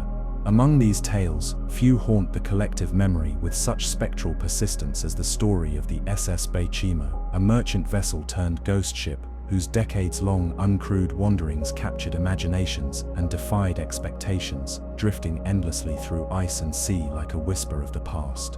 Built in 1914 in Sweden, the ship, originally known as the Ångermanälven, was a steel-hulled freighter constructed with the durable design demanded by the unforgiving northern waters. Almost 300 feet in length, she was purpose-built to carry cargo through the demanding Arctic passages, routes seldom navigated without a healthy respect for the perils posed by ice storms and isolation. Later acquired by the Hudson's Bay Company, the Bechimo was dispatched to support trading posts scattered throughout the Canadian Arctic, transporting everything from furs and foodstuffs to essential supplies that sustained communities amid the frozen expanse. With a reputation for resilience and reliable service, the Bechimo became a familiar presence among fur traders, Inuit hunters, and explorers alike, a symbol of human tenacity amidst nature's stark dominion. In the autumn of 1931, this tenacity was tested as the ship embarked on a routine journey from Barrow, Alaska, loaded with a valuable cargo of pelts and supplies. But as winter approached, the relentless icy grip of the Beaufort Sea tightened around the ship. Early in October, the Bechimo became icebound, trapped in thickening sea ice that sealed her fate for the months that followed. Efforts to free the vessel proved futile against the unyielding pack ice. As temperatures plummeted and the days darkened with the quickly approaching polar night, the crew faced an impossible decision. With dwindling supplies and concerns for safety mounting, the captain ordered an evacuation. Some crew members remained aboard initially, braving the encroaching cold and hoping for a break in the ice. Others were carried to safety over the frozen landscape, relying on sleds and local knowledge to reach distant communities. Eventually, the Bechimo was abandoned. What happened next defied conventional understanding of fate at sea. Though left to the mercy of the Arctic's capricious elements, the Bechimo refused to succumb. For years she was sighted drifting lifelessly across the frozen sea and icy waters. Hunters, Inuit communities, and explorers alike told of her ghostly silhouette, a rusted yet intact giant adrift among the ice floes. Her steel hull bore the scars of winters endured and summers past, but she remained afloat, a lonely island of metal amid the frozen wilderness. Sightings were numerous and detailed. Reports described a ship listing heavily but remaining surprisingly buoyant, sometimes moving slowly with the currents, other times seemingly locked in ice's firm embrace. Inuit folklore absorbed the Bechimo into its tapestry. Stories passed down spoke of a restless spirit trapped in steel, wandering the boundary between water and ice, a phantom of resilience and sorrow. For nearly 4 decades, the Bechimo's uncrewed voyage continued, a drifting enigma in a place where few dared to explore, and even fewer could comprehend the tenuous balance that kept an empty ship afloat in such hostile climes. What enabled her strange survival? Mariners and researchers have offered several theories. The Bechimo's sturdy hull, designed specifically for icy passages, may have withstood the abrasive pressure of frozen seas better than most. The packed ice surrounding her likely acted as insulation, slowing corrosion and preventing capsizing by damping the violent motions common at sea. The ship's compartmentalized bulkheads could have allowed her to stay afloat, even with multiple compartments flooded. Others point to the Arctic's extremes, a land of long dark winters and brief summers, as factors that slowed decay, creating preservation akin to a natural deep freeze. The cold waters restricted marine life that typically consumes wooden or steel hulls, allowing the Bechimo to remain more intact than vessels in temperate zones. Despite the ship's endurance, attempts to reclaim her faltered. Many arose eager to salvage the drifting giant. But rough ice, remoteness, and the ever-shifting Arctic landscape thwarted these efforts. The Bechimo seemed to glide just beyond reach, her journey a slow-motion dance with fate. As the decades passed, sightings waned until the last confirmed appearance in 1969 near Barrow, Alaska. After that, the Beichimo disappeared as quietly as she had drawn the eyes of so many. Some say she finally succumbed to the crushing ice, sinking beneath the seas and resting somewhere unknown beyond the horizon. Others speculate she drifted off into more remote stretches, lost to time and tide, a spectral remnant of human endeavor at nature's edge. Her story resonates not simply because of the mystery, but because it embodies the paradoxical nature of the Arctic, and indeed the ocean itself. Hostile yet strangely preservative, merciless yet sustaining, silent yet full of whispered tales. The Beichimo's ghostly voyage reminds us of the thin line between survival and surrender, presence and absence. Moreover, the Beichimo's legend holds a mirror to humanity's place within the vastness of the natural world. It speaks to ambition, to courage, and to the humility demanded by forces far beyond our control. Imagine standing on a frozen shore, surrounded by endless whiteness and fissures in the ice that stretch toward the dim horizon. The northern lights dance overhead, casting an ethereal glow on a silent, unbroken landscape. Somewhere out there, beyond the reach of sight and sound, lies the echo of steel against frost. The wandering Beichimo, a silent witness to decades of solitude and the enduring mysteries of the Arctic. Tonight, as the polar winds whisper across the desolate ice and stars glimmer cold and distant above, let the tale of the SS Beichimo drift softly into your thoughts. A haunting voyage through time, a spectral journey where the past and present intertwine, and where the ocean's frozen heart keeps its secrets in patient silence. In that quiet, find not just a story of doom or disappearance, but a meditation on endurance, mystery, and the restless spirit that guides us to explore, to endure, and sometimes simply to let go. Part 28. The haunting mystery of the SS Tarpon. The ocean is a place where time seems to fold, where legends are born from the silent whispers of the waves, and where even the most ordinary vessels can become enshrined in mystery. Among the lesser-known but deeply intriguing ghost ships that haunt the memories of mariners along America's shores, there sails the story of the SS Tarpon, a steel-hulled cargo ship whose disappearance in the treacherous Florida waters continues to captivate with eerie questions and quiet reverence. The Tarpon was once a bustling freighter, built in the early 20th century to handle coastal trade along the Gulf of Mexico and the Atlantic coastline. About 170 feet in length, constructed of steel and powered by steam engines, she was a sturdy ship designed to move goods like phosphate, lumber, and other materials essential to burgeoning industries across the American Southeast and Caribbean. The vessel may not have been celebrated for glamour, yet she was valued for reliability and resilience, qualities essential for the waterways she called home. In the final days of 1937, the Tarpon set out from Tampa Bay on a routine voyage destined for Port-au-Prince in Haiti, carrying a cargo of phosphates. The crew was typical of ships of the era, experienced sailors familiar with the capricious moods of the Gulf and Caribbean waters, led by Captain Charles D. Campbell, a man whose reputation was marked by steady command and deep knowledge of the sea. As the Tarpon slipped through the coastal waters, the weather was calm but marked by a growing warmth. It was late September, a time when the Atlantic hurricane season began to stir its presence, often casting a shadow of uncertainty over mariners daring to challenge the ocean's whimsy.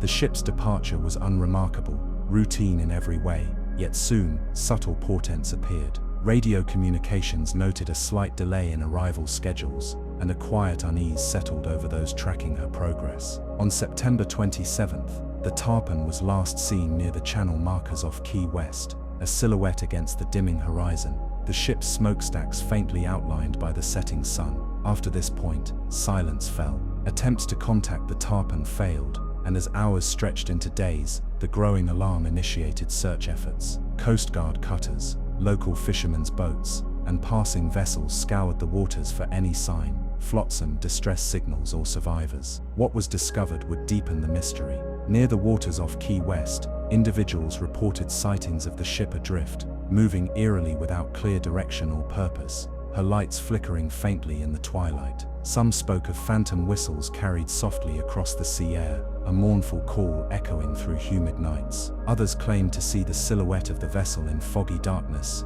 motionless, as if waiting for something unseen, yet no crew was ever found. The ship itself was never recovered in intact form. Debris attributed to the Tarpon, wooden planks, life jackets and fragments of cargo, washed ashore sporadically along the Florida coast. but the vessel had vanished beneath the waves. No large sections of hull or identifiable wreckage were ever conclusively located. Theories about the fate of the Tarpon multiplied like waves breaking on reefs. One prevailing explanation pointed toward the sudden onset of a violent tropical storm or hurricane, a not uncommon threat in these waters during September. Such storms, capable of rising with little warning, unleashed towering seas and fierce winds that could overwhelm even the most experienced crews and the sturdiest of ships. The Tarpon may have been caught off guard, battered by towering waves, her cargo destabilizing, her hull breached. Another suggestion held that structural failure might have played a role. Like many ships of her time, the Tarpon had endured years of service, exposed to saltwater's corrosive effects and the elements. The stresses of heavy cargo and rough seas might have weakened her integrity, causing critical damage in challenging conditions. A more haunting possibility surfaced in local lore. The vessel was struck by an unseen force, perhaps an underwater explosion caused by shifting cargo or volatile phosphates, reacting dangerously in rough seas. Such an event could account for a sudden disaster that left no time for distress calls and forced immediate abandonment. Beyond these physical explanations, the Tarpon became enmeshed in seafaring tales colored by superstition and the inexplicable. Fishermen spoke of a ghost ship sailing near the Florida Keys, her decks populated by shadows, her figure outlined against moonlit mists, forever trapped between worlds. Some even claimed that on certain nights, the mournful tones of her whistle could be heard drifting across the water, a spectral call blended with the nocturnal symphony of waves and wind. The disappearances of crew members remain a chilling aspect of the story. None were ever found alive or dead, no bodies cast up on shores, no life rafts or dinghies recovered. The Tarpon's silent voyage into oblivion suggests a tragedy unfolded quickly, leaving the ocean to claim its own in quiet but irrevocable fashion. Historical records and maritime archives retain only sparse details, as the disappearance was wrapped in the fog of an era less equipped with modern tracking technology and emergency communication. Investigations at the time, while diligent, were limited by the resources and knowledge available, consigning the Tarpon's fate to the annals of maritime mystery rather than solved disaster. Today, the story of the SS Tarpon endures in coastal communities and among maritime enthusiasts, a poignant reminder of lives interwoven with the sea's caprice and the fragile boundary between safety and calamity. The Tarpon stands as a symbol of countless vessels whose stories drift in the balance between fact and folklore. She embodies the ocean's capacity to absorb human endeavor into its depths, to silence voices, and to create legends from loss. Imagine standing on the rocky shoals of the Florida Keys, the salt breeze stirring, the moon casting silver light rippling on the water. Somewhere, perhaps, the Tarpon's ghostly outline lingers, a silent sentinel for those who remember and those who wonder. Her tale softly calls us to respect the sea's vast dominion, to honor the sailors who trusted its embrace, and to find peace in the quiet rhythms of waves that carry echoes of forgotten voyages. Tonight, as the tide moves gently and the stars shimmer with distant fire, let the story of the SS Tarpon settle in your thoughts, a whispered lullaby of mystery and memory, adrift upon the endless blue. Part 29. The enigmatic disappearance of the MV Jyota's sister ship, the SS Port Nicholson. Across the vast joints of Pacific and Atlantic trade, ships have long carried not just cargo but stories, sometimes of triumph, and at other times of mystery and vanishing. While the MV Jyota's eerie abandonment has captured imaginations, fewer recall the silent enigma surrounding her lesser-known sister ship, the SS Port Nicholson. Tonight we navigate back to a forgotten chapter in maritime history, exploring a voyage steeped in secrecy, intrigue, and a disappearance that remains one of the ocean's most puzzling riddles. The SS Port Nicholson was a merchant vessel hailing from New Zealand, a sturdy cargo steamer built in the early 20th century and named after Wellington's bustling harbour, the Port Nicholson that serves as a gateway between land and ocean commerce. Designed for transoceanic voyages, the ship was essential in connecting distant corners of the British Empire, moving freight between New Zealand, the United Kingdom, and various ports across the globe. With a length of just over 400 feet and a steel hull reinforced for the highs and lows of sea travel, she was dependable, efficient, and well-loved by those who sailed aboard her. Her final voyage began in January 1942, a time when the world stood abyss deep in war. The Second World War had transformed shipping lanes into perilous waters, laden with the lurking threat of enemy submarines, mines, and aircraft. The Port Nicholson was loaded with a valuable cargo of munitions and explosives, factors that only heightened the tight security and guarded nature of her journey. Departing from Wellington's harbour, the ship set sail bound for the United Kingdom, carrying part of the war effort's essential supplies, critical not only in size but in secrecy. The crew, a complement of experienced and disciplined sailors, was well aware of the dangers ahead, enemy action, turbulent weather, and the fickle moods of the sea itself. For a time, all seemed to proceed smoothly. The vessel moved steadily through the Pacific, navigating toward the Panama Canal, a crucial choke point linking oceans and continents, before venturing into the wider Atlantic that would lead to British shores. But then, tragedy or something stranger intervened. At some point, not long before she reached the Panama Canal, or soon thereafter, the Port Nicholson vanished. No distress signals were received. No wreckage washed up along expected routes. No survivors were found. Her disappearance was sudden, complete, and baffling. What adds to the enduring intrigue is the nature of her cargo, a powerful shipment of explosives, including munitions and dynamite. A single accidental explosion could have obliterated the vessel in an instant, or conversely, the ship might have been the target of espionage or sabotage. However, no conclusive evidence has ever surfaced to confirm either scenario. Initial investigations, carried out amidst wartime secrecy, were limited and inconclusive. Official naval records were scarce, and the war's fog of confusion clouded attempts to piece together the ship's final moments. The mystery deepened as no wreck was ever found despite naval searches employing aircraft and surface vessels in the surrounding waters. Some speculate that the Port Nicholson might have struck a mine, a deadly floating trap deployed by enemy forces to disrupt critical shipping lanes. Others consider the possibility of a torpedo attack by a lurking U-boat, a common menace to Allied shipping during those years. Yet, records from German naval archives have no direct claims matching the disappearance. Further adding to the puzzle are whispers among maritime circles of secret cargo beyond the official manifest. Over the years, various sources have hinted that the ship might have been transporting not only explosives, but also highly classified materials,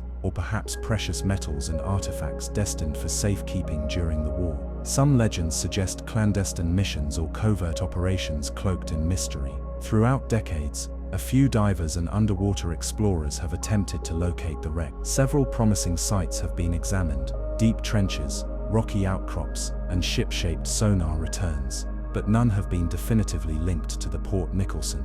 The nature of wartime secrecy, shifting ocean currents, and the complex seafloor topography have conspired to keep the ship's resting place elusive. Local lore in New Zealand adds another layer to the tale. Fishermen and coastal residents speak of strange noises heard offshore on certain nights, a faint rumble, a low booming sound echoing from the depths, stirring unease among veteran mariners. Some interpret these as the restless calls of a sunken giant, holding on to secrets long lost beneath the waves. The Port Nicholson's disappearance is often overshadowed by more widely told maritime mysteries, but holds a vital place as an example of how war's reach extends beyond battlefields, into the obscure depths of oceanic commerce and loss. It stands as a reminder of the thousands who sailed into uncertain horizons, of the dangers both known and unseen that shadowed their passage. Imagine for a moment standing on a windswept bluff overlooking Wellington Harbour, watching ships come and go, their hulls gleaming in the sunlight or silhouetted against stormy skies. Among them, the spirit of the Port Nicholson drifts like mist, a phantom vessel whose course was cut short, whose story slipped beneath the rolling tides. Tonight, as the ocean breathes softly under the moon's silver light, let us remember the SS Port Nicholson, an echo of courage, secrecy, and enigma, resting somewhere in the vastness of the deep blue, inviting us to consider the silent mysteries carried on the restless sea. In the quiet lull between waves and wind, her voyage continues, an unanswered chapter written in water and shadow, a silent testament to the ocean's timeless dominion over memory and loss. Part 30.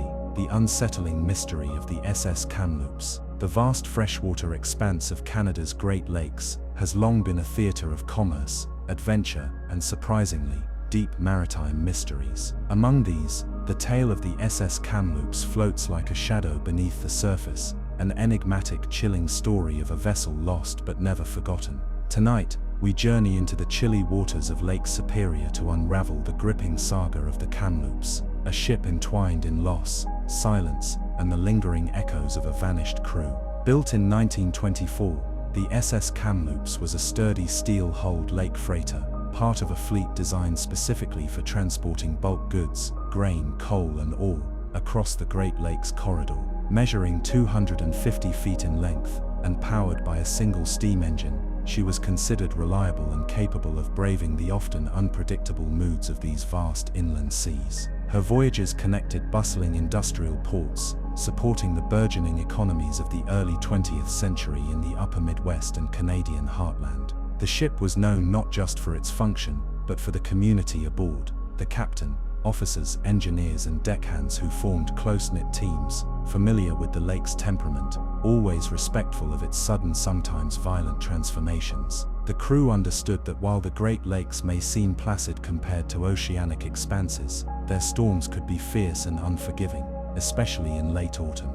November 7, 1927, began as a cold day on Lake Superior, the largest and perhaps most merciless of all the Great Lakes, its deep waters known for sudden storms, treacherous shoals, and fog that can swallow even the most experienced navigator's bearings. The Kamloops was en route from Fort William, now part of Thunder Bay, Ontario, to Midland, Ontario, carrying a full load of grain, a valuable cargo destined to feed the growing population of eastern Canada. Conditions seemed manageable that morning, though a chill wind blew fiercely across the waves. The crew, seasoned in their routines, prepared for the voyage, tending to the engines, checking the rigging, and scanning the skies. However, the forecast warned of an approaching storm that could descend rapidly, and the tension aboard was palpable yet measured. As the day progressed, the weather worsened, dark clouds thickened, and the winds intensified, whipping Lake Superior's vast surface into towering, frothy crests. Visibility decreased sharply under the weight of driving rain that soon turned to sleet. The Kamloops pushed westward, its steel hull cutting through the rising swells, the crew bracing against cold and spray. Late in the afternoon, the last known communication from the Kamloops was received. Signals interrupted by static, the captain's voice steady but cautious as he conveyed their progress and the growing severity of conditions. Beyond this, silence. No further contact came. In the following days, efforts to locate the Kamloops were launched. Search parties scoured the lake, aircraft traced the shoreline, vessels combed known shipping lanes, while crews on nearby boats craned their eyes across the restless waves. Yet no sign of the freighter was found, no wreckage, no debris fields, no lifeboats sighted. The Kamloops had vanished. The disappearance sent shockwaves through maritime communities on both sides of the border and cast a pall of fear and fascination that would linger for decades. The mystery deepened with time. The cold, deep waters of Lake Superior complicate survival odds dramatically in sections that plunge more than 1,300 feet. Even the sturdiest ships face crushing pressure and bone-chilling temperatures. It was presumed the Kamloops had succumbed to the storm, capsized by the violent waves, or overwhelmed by shifting cargo that destabilized the vessel in critical moments. Yet, despite the presumed fate, the lake withheld secrets for nearly half a century. In 1967, the Kamloops was astonishingly discovered, resting at the bottom of Lake Superior, upright on a sandy lakebed, remarkably preserved by the cold, fresh water and relative absence of salt-induced corrosion. Divers descended into the silent, icy depths and found the ship's hull intact, the superstructure unbroken, and chillingly, lifeboats still secured to davits, undisturbed. No signs of hurried evacuation, no evidence of struggle or fire. The ship seemed to have found its resting place nameless and unaccompanied. The cold blue shadows of the lake concealed one of the most haunting aspects of the Kamloops' tale, the complete absence of her crew. Despite the ship's relatively shallow resting place, about 260 feet deep, no bodies were ever found aboard or nearby. The mystery of what became of those men remains unfathomable and deeply unsettling. Various investigations and theories unfolded over the years. Some experts speculated that an abnormal weather event, possibly a sudden extreme microburst or an intense wind shift, could have capsized the ship so quickly that no crew member had time to abandon ship or send distress signals.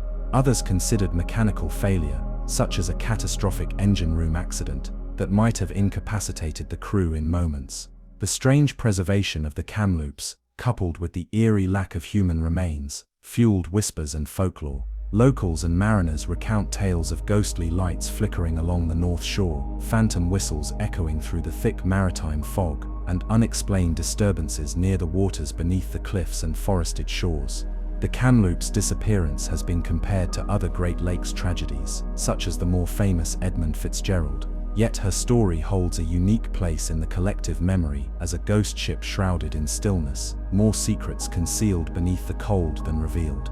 What can be said with certainty is that the Kamloops serves as a haunting reminder of the Great Lakes' power, freshwater seas that pair stunning beauty with sudden crushing danger. She embodies the silence left when a vessel and its crew disappear into the unknown, leaving behind only the slow whispers of waves and the cold embrace of the deep. Imagine standing on a windswept shore near Thunder Bay, where evergreen forests meet rocky cliffs, and the cold air carries the scent of pine and rain. The waters of Lake Superior stretch endlessly, blue-gray and brooding beneath moody skies. Somewhere below, the SS Kamloops rests in patient quiet, a monument to mystery and loss. Tonight, as you breathe in the crisp lake air and listen to the rhythmic crash of waves, let the story of the Kamloops drift softly into your thoughts, a tale of steel and grain, of courage shadowed by the storm, and of the oceans, or in this case, a mighty lake's relentless ability to hold stories beneath its tranquil yet treacherous surface. In those depths, where sunlight fades and silence holds sway, the invisible crew of the Kamloops sails on, carried gently by currents unknown, forever part of the lake's enduring enigma. Part 31. The enigmatic disappearance of the USS Cyclops. In the early months of 1918, as the world was deep into the turmoil of the First World War, the United States Navy was quietly expanding its fleet to support the Allied forces. Among its many vessels was the USS Cyclops, a massive collier ship built to transport coal to fuel naval warships. With a length of over 500 feet and a gross tonnage exceeding 19,000, the Cyclops was one of the largest vessels of her kind on the seas at the time. She was sturdy, reliable, and had a reputation for being an essential logistical asset. On March 4, 1918, the Cyclops set sail from Rio de Janeiro, Brazil, destined for Baltimore, Maryland. The ship was heavy with a full cargo of manganese ore, nearly 10,000 tons, critical for the war effort to strengthen steel production back home. Commanding the vessel was Lieutenant Commander George W. Worley, a seasoned naval officer. The crew numbered 309 men, a mix of Navy personnel and civilian merchant mariners tasked with ensuring the safe passage of the precious cargo. Reports from the Cyclops had been uneventful as she traversed the Atlantic. She made a scheduled stop in Barbados to deliver coal, then headed northward through the treacherous waters near the Bermuda Triangle, a region already whispered about for mysterious disappearances and inexplicable phenomena. Beyond the acknowledged dangers of wartime seas, whispered rumors of strange electromagnetic disturbances and sudden weather shifts haunted sailors who dared cross these waters. But after departing Barbados on March 10th, the Cyclops sent no more messages. Not a single distress signal, no call for assistance. Despite repeated attempts by nearby ships and naval command, no response ever came. The Cyclops simply vanished, swallowed by the vast brooding ocean. The disappearance of the USS Cyclops became one of the greatest mysteries of naval history. It remains the largest non-combat loss of life in US Navy history, with all 309 souls aboard presumed lost. What made this case particularly haunting was the absence of any wreckage or debris. Despite extensive searches, the ship seemed to have evaporated, leaving not a trace behind. Speculation ran rampant in the weeks and years that followed. Some believed the ship had been torpedoed by German U-boats lurking in the Atlantic, yet German naval logs at the time recorded no engagements, and there were no submarine sightings or reports matching the Cyclops' disappearance. Others theorized a catastrophic structural failure caused by the heavy cargo shifting during a violent storm, causing the ship to capsize and sink rapidly. Yet no survivors or floating debris ever surfaced. Conspiracy theories also flourished. some suggesting secret sabotage, espionage, or an accidental collision with another vessel that was swiftly covered up. The timing near the enigmatic Bermuda Triangle only fueled tales that the Cyclops was claimed by supernatural forces, an eerie vortex in the ocean that swallowed ships whole. But among all these theories, one of the more plausible explanations lies in the unique vulnerabilities of the Cyclops herself. Known to have a history of mechanical troubles, especially with her engine and ballast systems, she was heavily loaded, perhaps more than she could safely carry. Testimonies from crew before the fateful voyage hinted at persistent leaks and maintenance issues. The manganese ore cargo itself was dense and could have shifted during rough seas, destabilizing the ship. A sudden tropical storm in mid-March could have induced rapid listing, overpowering the crew's ability to correct it. With no time to send a distress call, the ship might have sunk quickly. The harshness of the ocean often ensures that a sinking vessel leaves little behind, and chances of the survivors being rescued were slim. Decades later, deep-sea explorations and sonar scans have occasionally recorded unidentified wrecks on the seafloor near the suspected route of the Cyclops, but none have been definitively confirmed as the missing vessel. The ocean floor near the Bermuda Triangle remains one of the least charted and most mysterious areas in the world, covered with complex topography that challenges any search effort. The human element of the Cyclops story is equally compelling.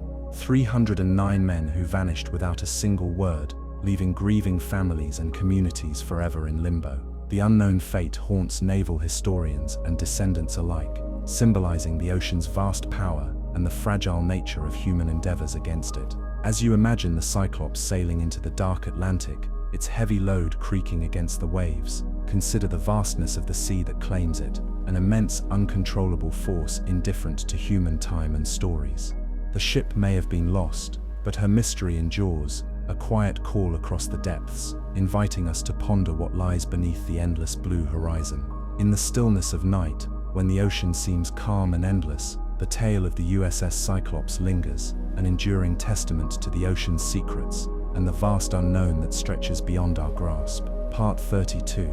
The Ghost Ship of the Arctic Circle. Far to the north, where the icy seas meet a sky perpetually painted in shades of blue and grey, lies a chilling tale that has intrigued explorers, scientists, and mystery enthusiasts for over a century. This is the story of the ghost ship that wandered the Arctic Circle, a tale filled with frozen silence, unexplained disappearances, and the relentless power of nature's cold hand. Our story begins in the late 19th century, a time when Arctic exploration was at its peak.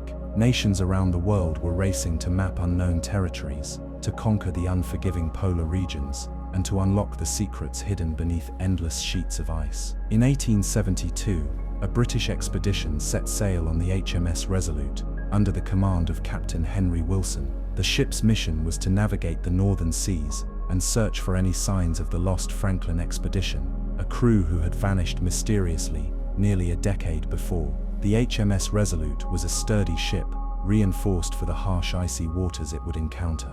With a crew of skilled sailors and scientists, it ventured deeper into the Arctic than most British expeditions had before. However, the region was notorious for its unpredictability. Thick fogs, treacherous ice flows, and biting cold made the journey perilous. After several months trapped in pack ice, the Resolute became separated from the rest of its fleet. The crew made desperate efforts to break free, but the ice was relentless. Eventually, after enduring the brutal cold and the unending darkness of the polar winter, the crew was forced to abandon the ship.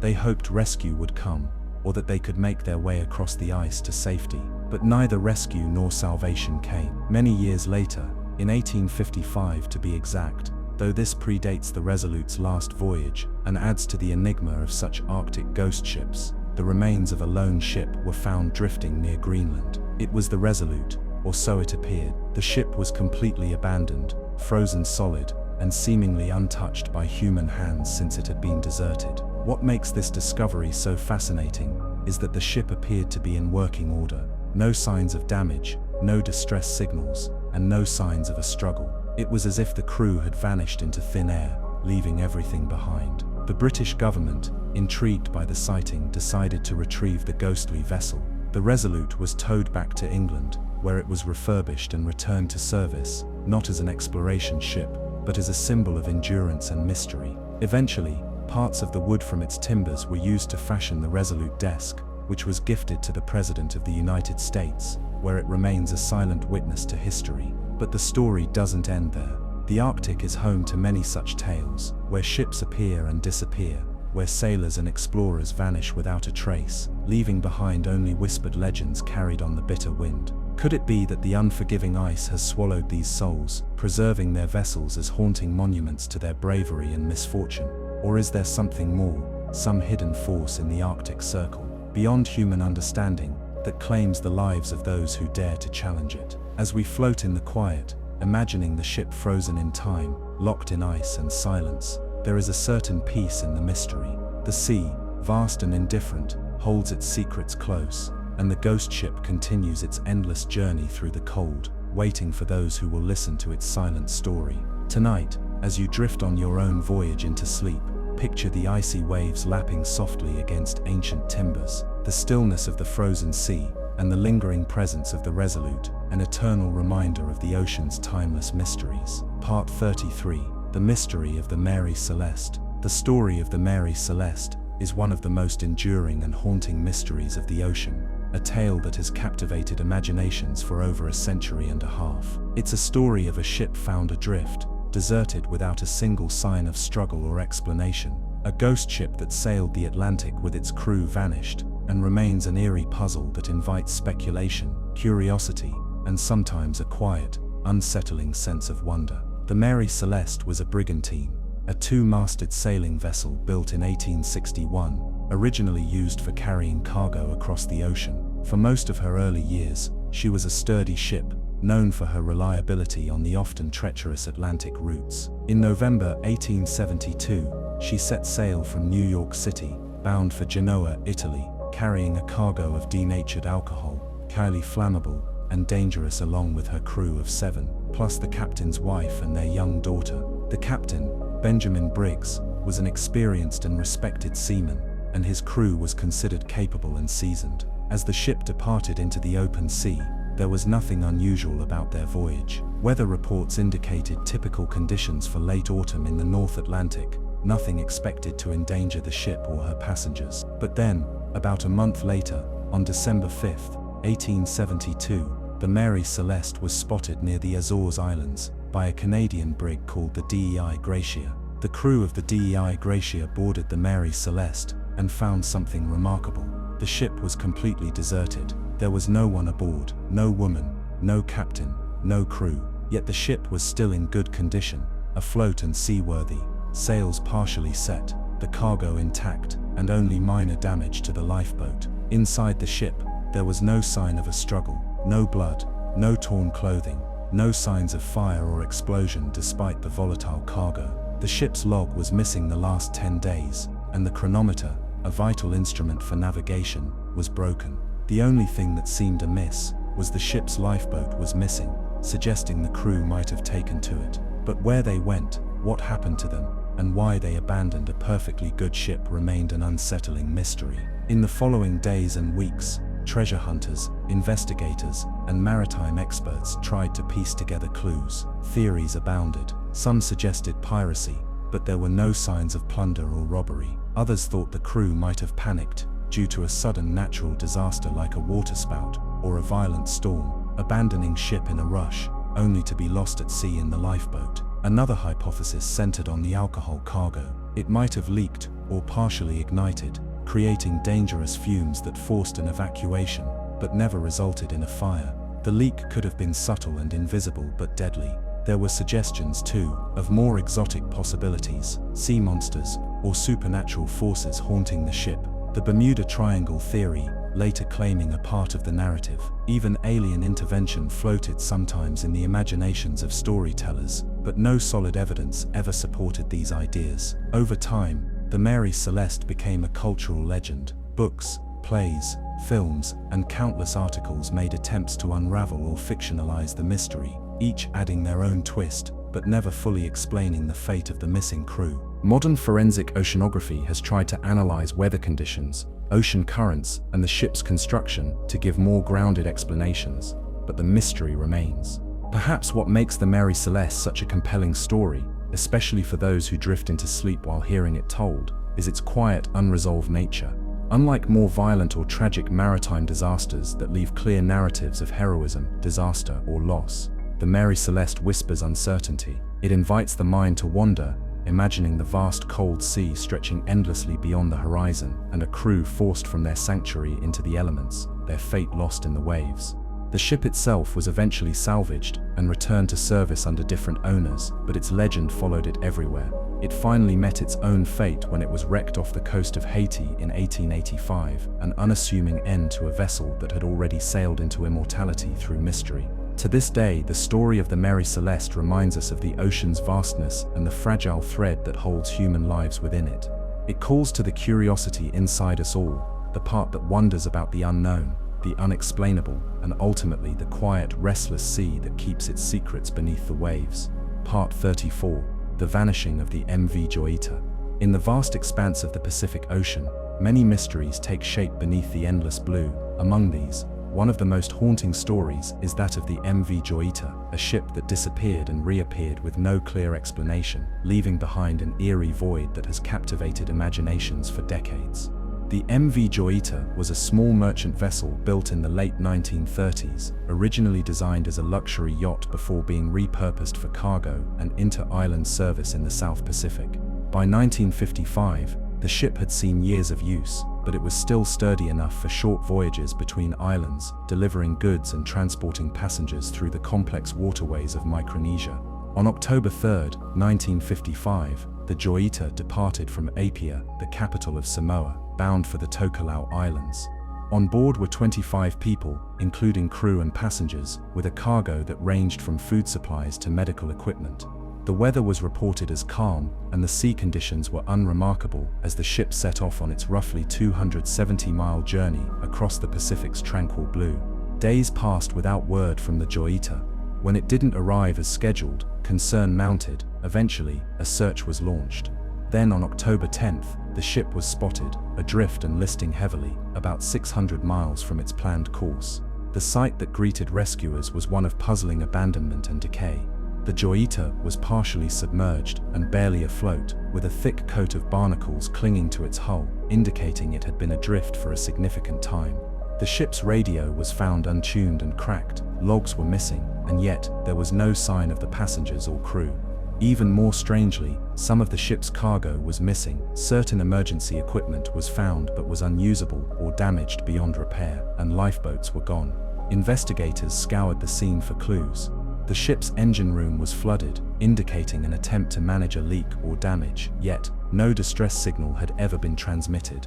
The ship seemed to have been abandoned in an orderly fashion, as personal belongings were left undisturbed. Cooking was done recently, and a meal laid out on a table suggested the crew had left suddenly. Speculation swirled. Some believed the crew had been swept overboard by rogue waves. Others thought a sudden storm had caused damage, forcing them to abandon ship. Some whispered darker theories: piracy, mutiny, or even supernatural intervention, with the ocean's unknown forces at play. Despite extensive investigations, no conclusive explanation emerged. No bodies or survivors were ever found. The mystery deepened when the ship was towed to harbor only to sink again during the voyage, this time for good. The Joyita's disappearance poses enduring questions about the ocean's power and unknowable depths. Its story has inspired a multitude of theories but not answers. It is a stark reminder that no matter our technology or knowledge, the sea remains a vast and unpredictable frontier. The vanishing of the MV Joyita stands not only as a maritime mystery, but as a quiet, haunting tale, one that encourages us to respect the ocean, to appreciate its moods, and to remember that sometimes the greatest stories are those the sea chooses not to tell. Part 35. The enigmatic disappearance of the MV Joyita. In the vast expanse of the South Pacific Ocean, between the islands of Fiji and Samoa, lies one of the most perplexing maritime mysteries in modern history: the disappearance of the MV Joyita. This vessel, a merchant schooner originally built in the United States in 1931, was considered a sturdy and reliable ship for its time. Although not large by any means, measuring just over 69 feet in length, the Joyita was known for her resilience and the ability to navigate some of the more treacherous waters of the Pacific. Yet, in 1955, she became the centerpiece of a baffling enigma that continues to captivate historians, sailors, and mystery enthusiasts alike. The story begins in early October of that year. The MV Joyita was chartered for a routine farm supply mission. Her intended voyage was straightforward. She was to pick up medical supplies, food and other essentials from Apia, the capital of Western Samoa, and deliver them to the Tokelau Islands, a remote group of atolls known for their sparse population and limited connection to the outside world.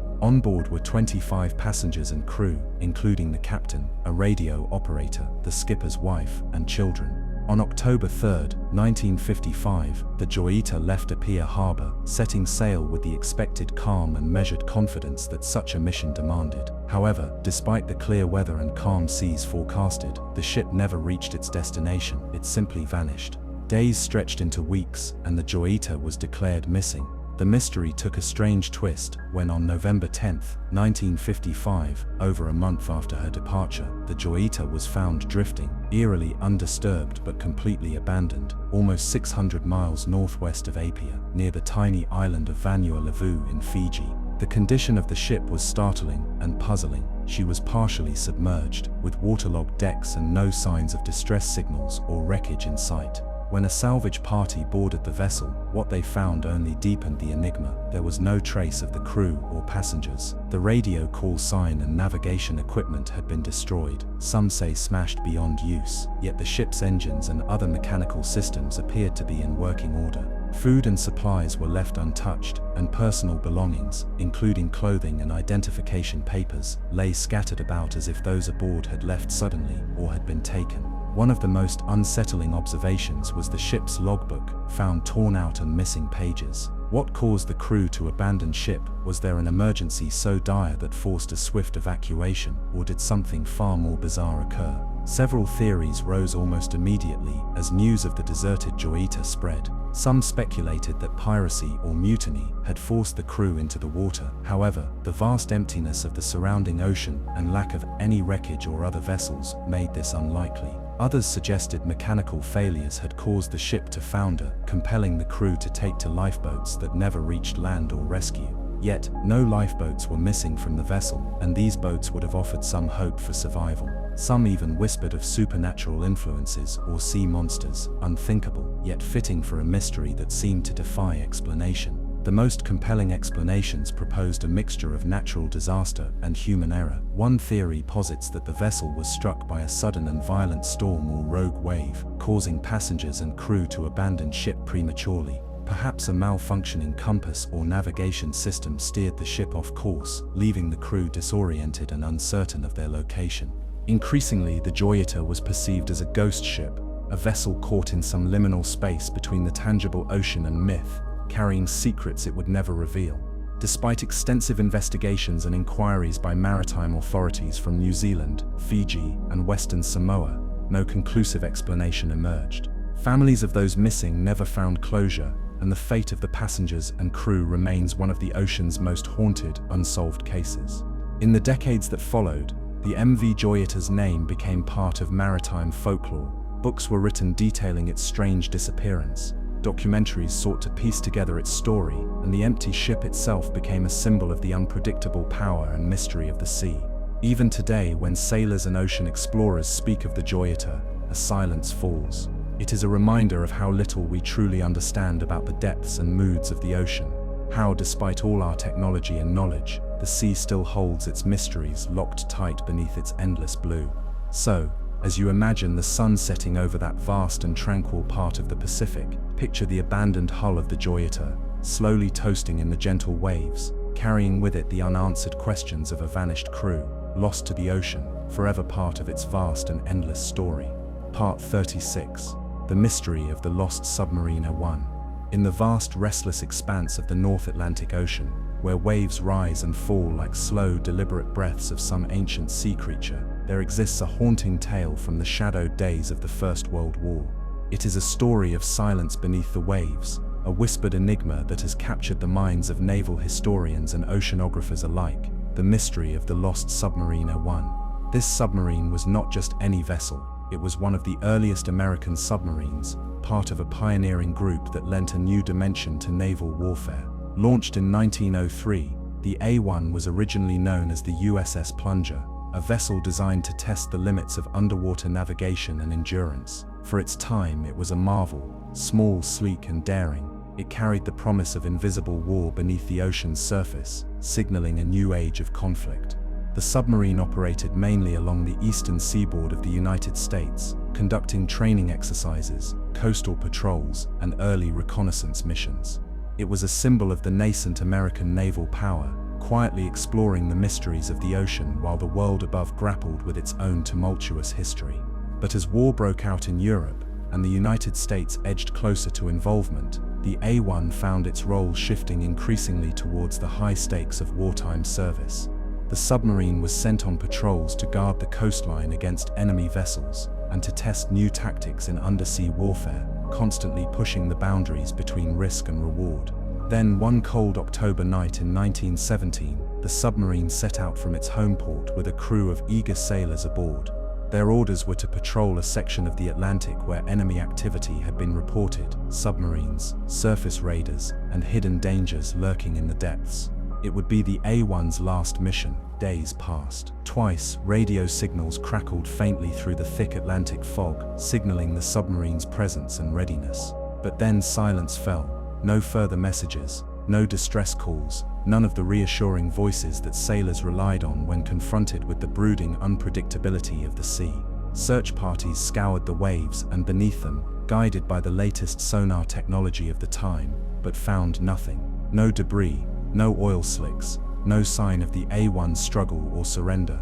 It was as if the submarine had been swallowed whole by the ocean itself. For decades, this loss remained one of the great maritime mysteries, an unmarked grave resting deep below the dark Atlantic.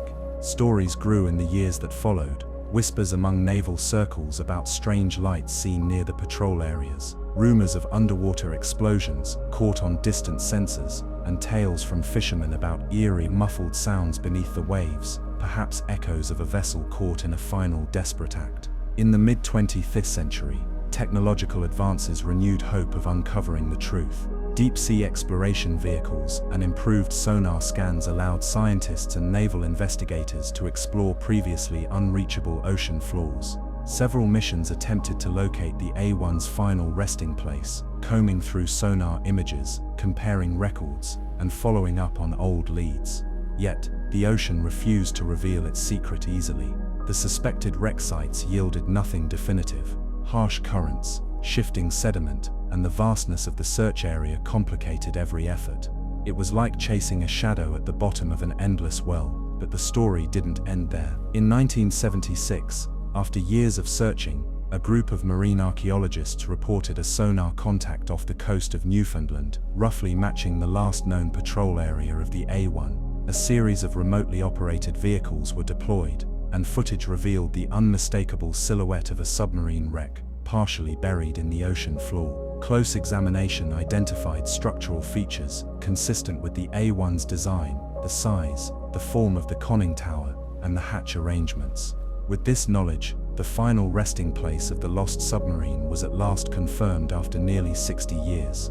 What had happened to the A1? Researchers now believe the most likely cause was an accidental flooding event during operational maneuvers.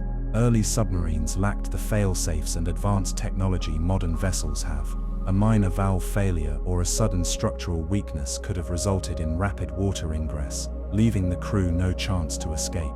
The discovery was bittersweet. It brought closure to a long-standing mystery, but reminded us of the fragile boundary between human ambition and nature's unforgiving forces.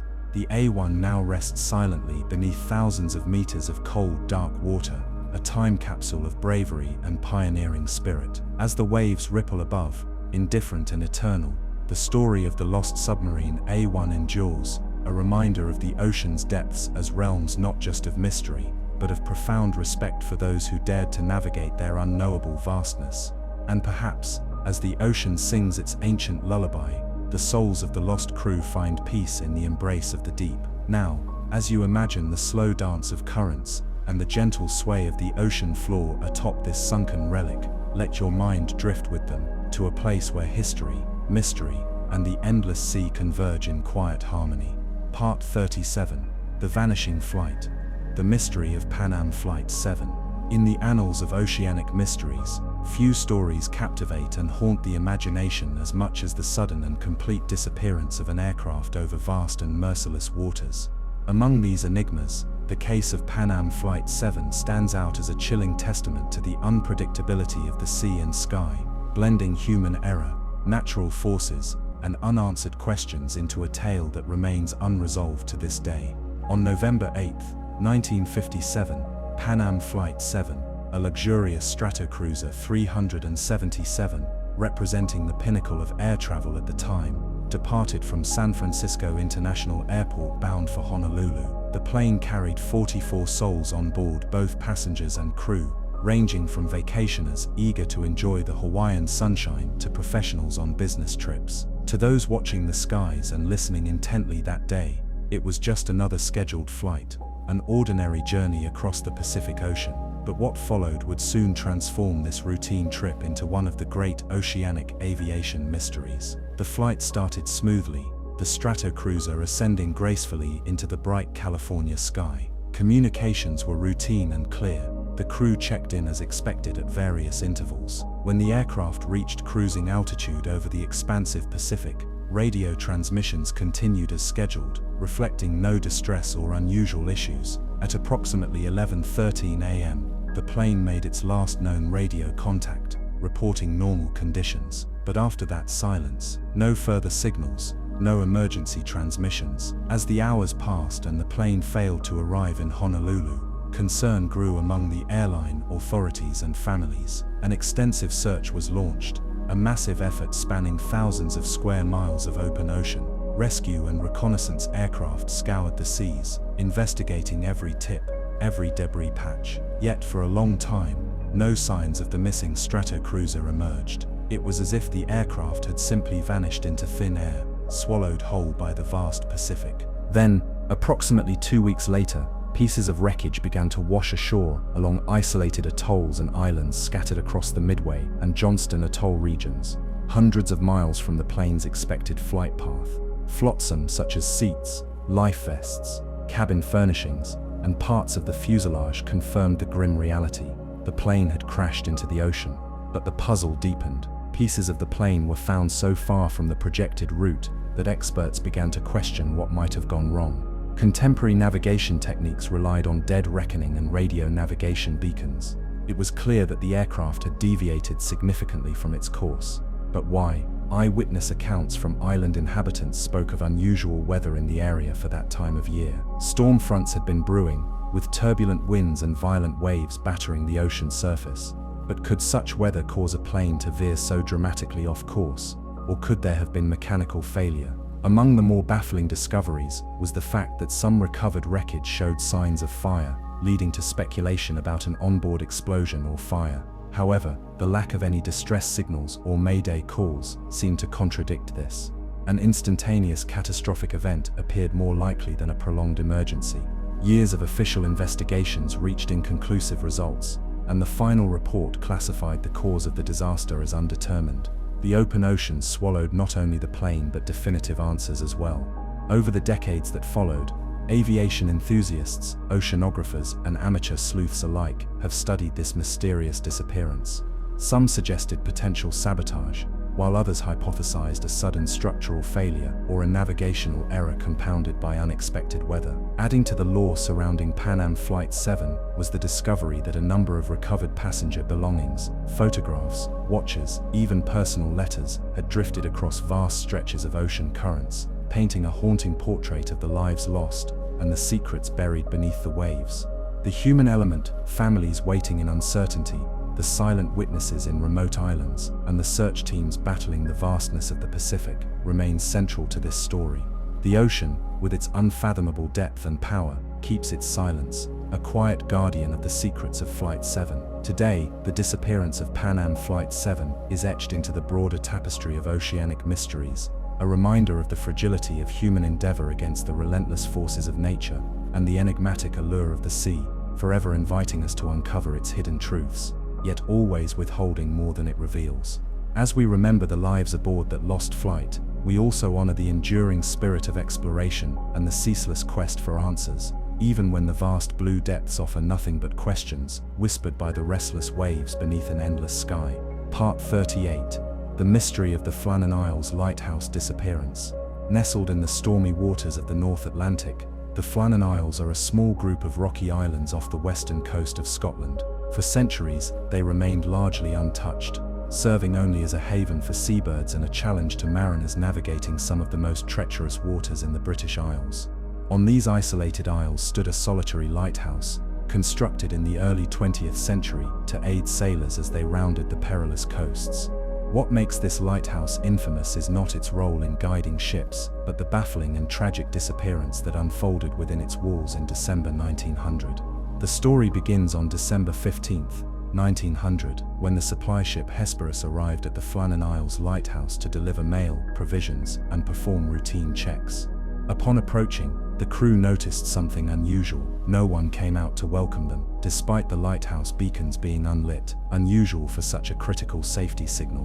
When the men were finally able to reach the island and enter the lighthouse, they were met with silence and an eerie absence. The three keepers who had been tending the lighthouse vanished without a trace.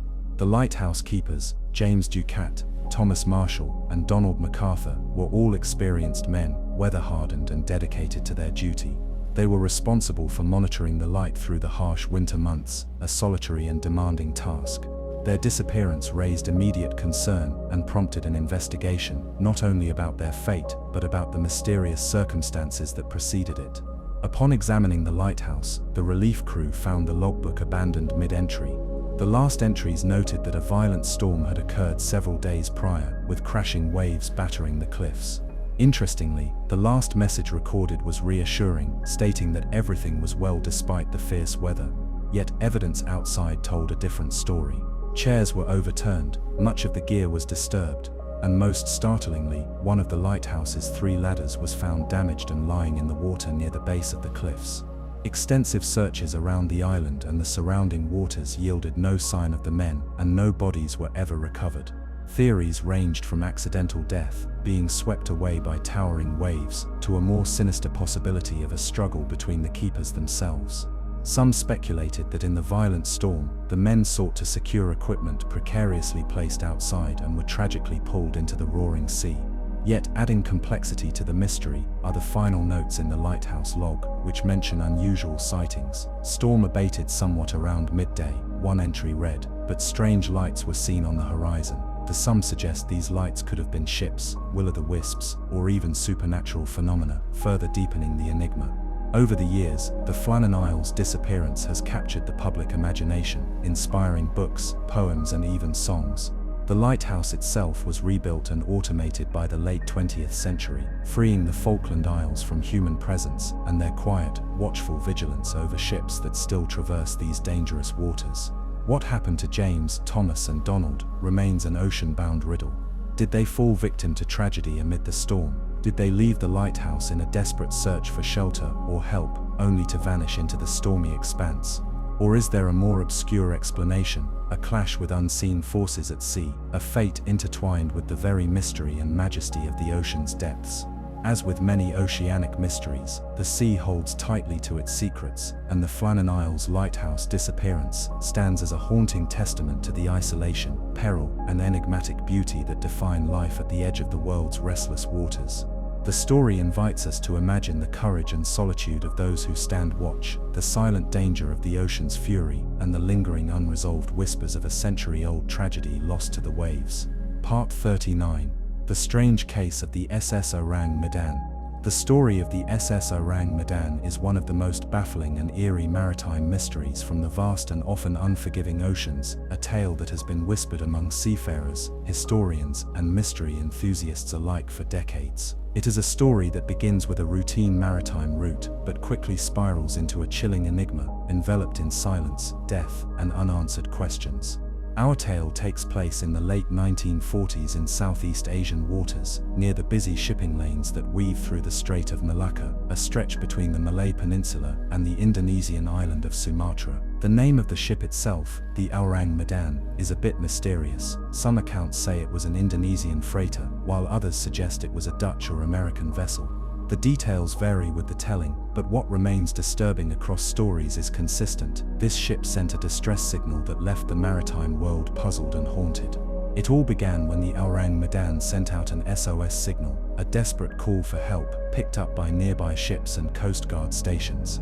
The message was chilling in its content. Several transmissions were recorded, detailing the dire situation on board. All officers, including the captain, are dead, lying in the chart room and bridge, possibly entire crew dead. Then came a final terrifying message: I die. The message abruptly stopped, with no further communication. Responding to these transmissions, a few ships steered towards the last known position of the Orang Medan, spurred on by a mix of concern and professional duty to investigate the fate of the distressed crew.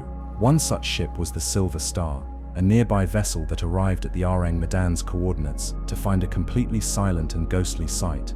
Upon boarding, the Orang Medan existed, or if this was a story born of maritime legends. The eerie images of the frozen crew members, the sudden radio warnings, the lack of physical evidence, and the ship's mysterious fiery end all combine to create a story that feels like a ghost story born from the sea itself. The SS Orang Medan remains a haunting symbol of the ocean's mysteries, a reminder of how in the vast expanse of water, strange and unfathomable events can unfold, leaving behind questions that may never be answered. As the sun sets on this story, we're left with the silence of the sea and the image of that ghostly ship lost to time, an eternal enigma sailing the endless waves. It is a tale that captivates us not only because of what happened, but because of what remains unknown, the dark abyss of uncertainty that mirrors the great oceans. Sleep now gently drifts in, carried by the whisper of the tides and the quiet depths where the SS Orang Medan lingers, forever a mystery in the vast blue expanse. Part 40.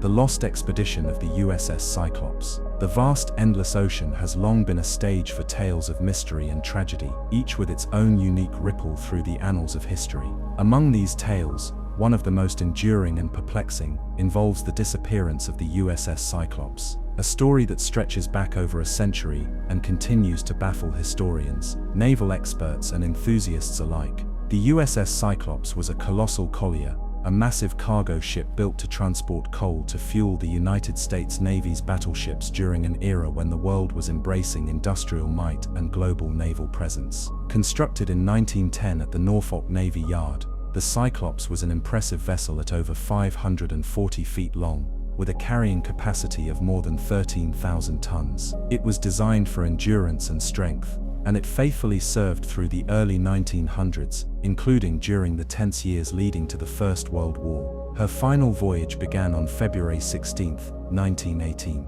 The Cyclops was assigned to transport a massive load of manganese ore, a crucial mineral used in steel production, from the island of Barbados to Norfolk, Virginia. On board were 309 men, a mix of Navy crew and civilian workers, along with an enormous cargo that reached near her maximum capacity.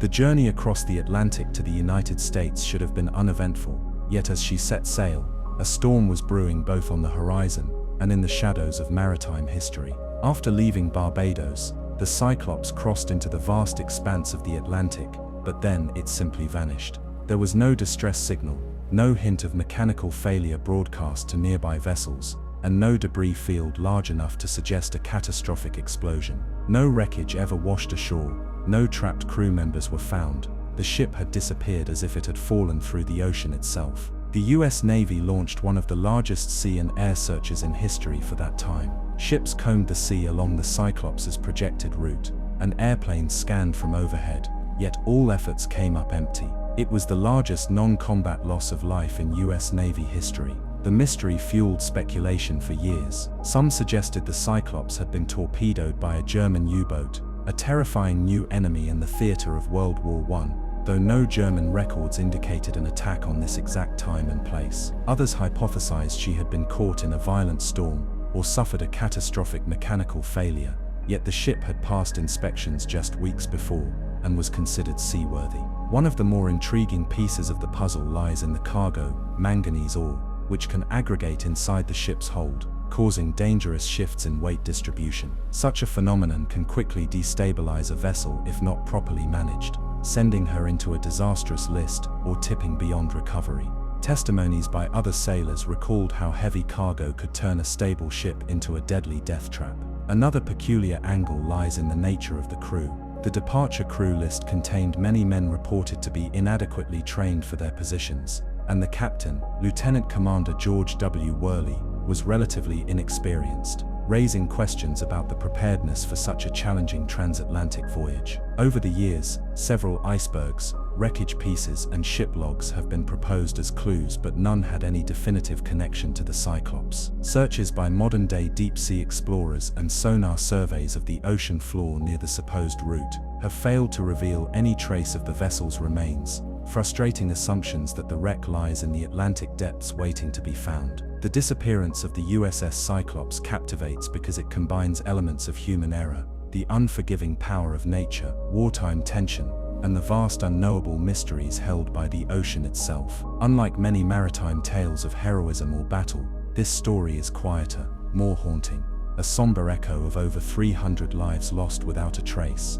claiming their secrets beneath the waves. As the sun sets over the calm expanse of the Atlantic, one can almost feel the silence of the deep waters where the Cyclops journeyed on that fateful day. The story remains, a vast unknown wrapped in the endless blue that continues to draw us into its depths, reminding us of both the fragility and the enduring enigma posed by the sea.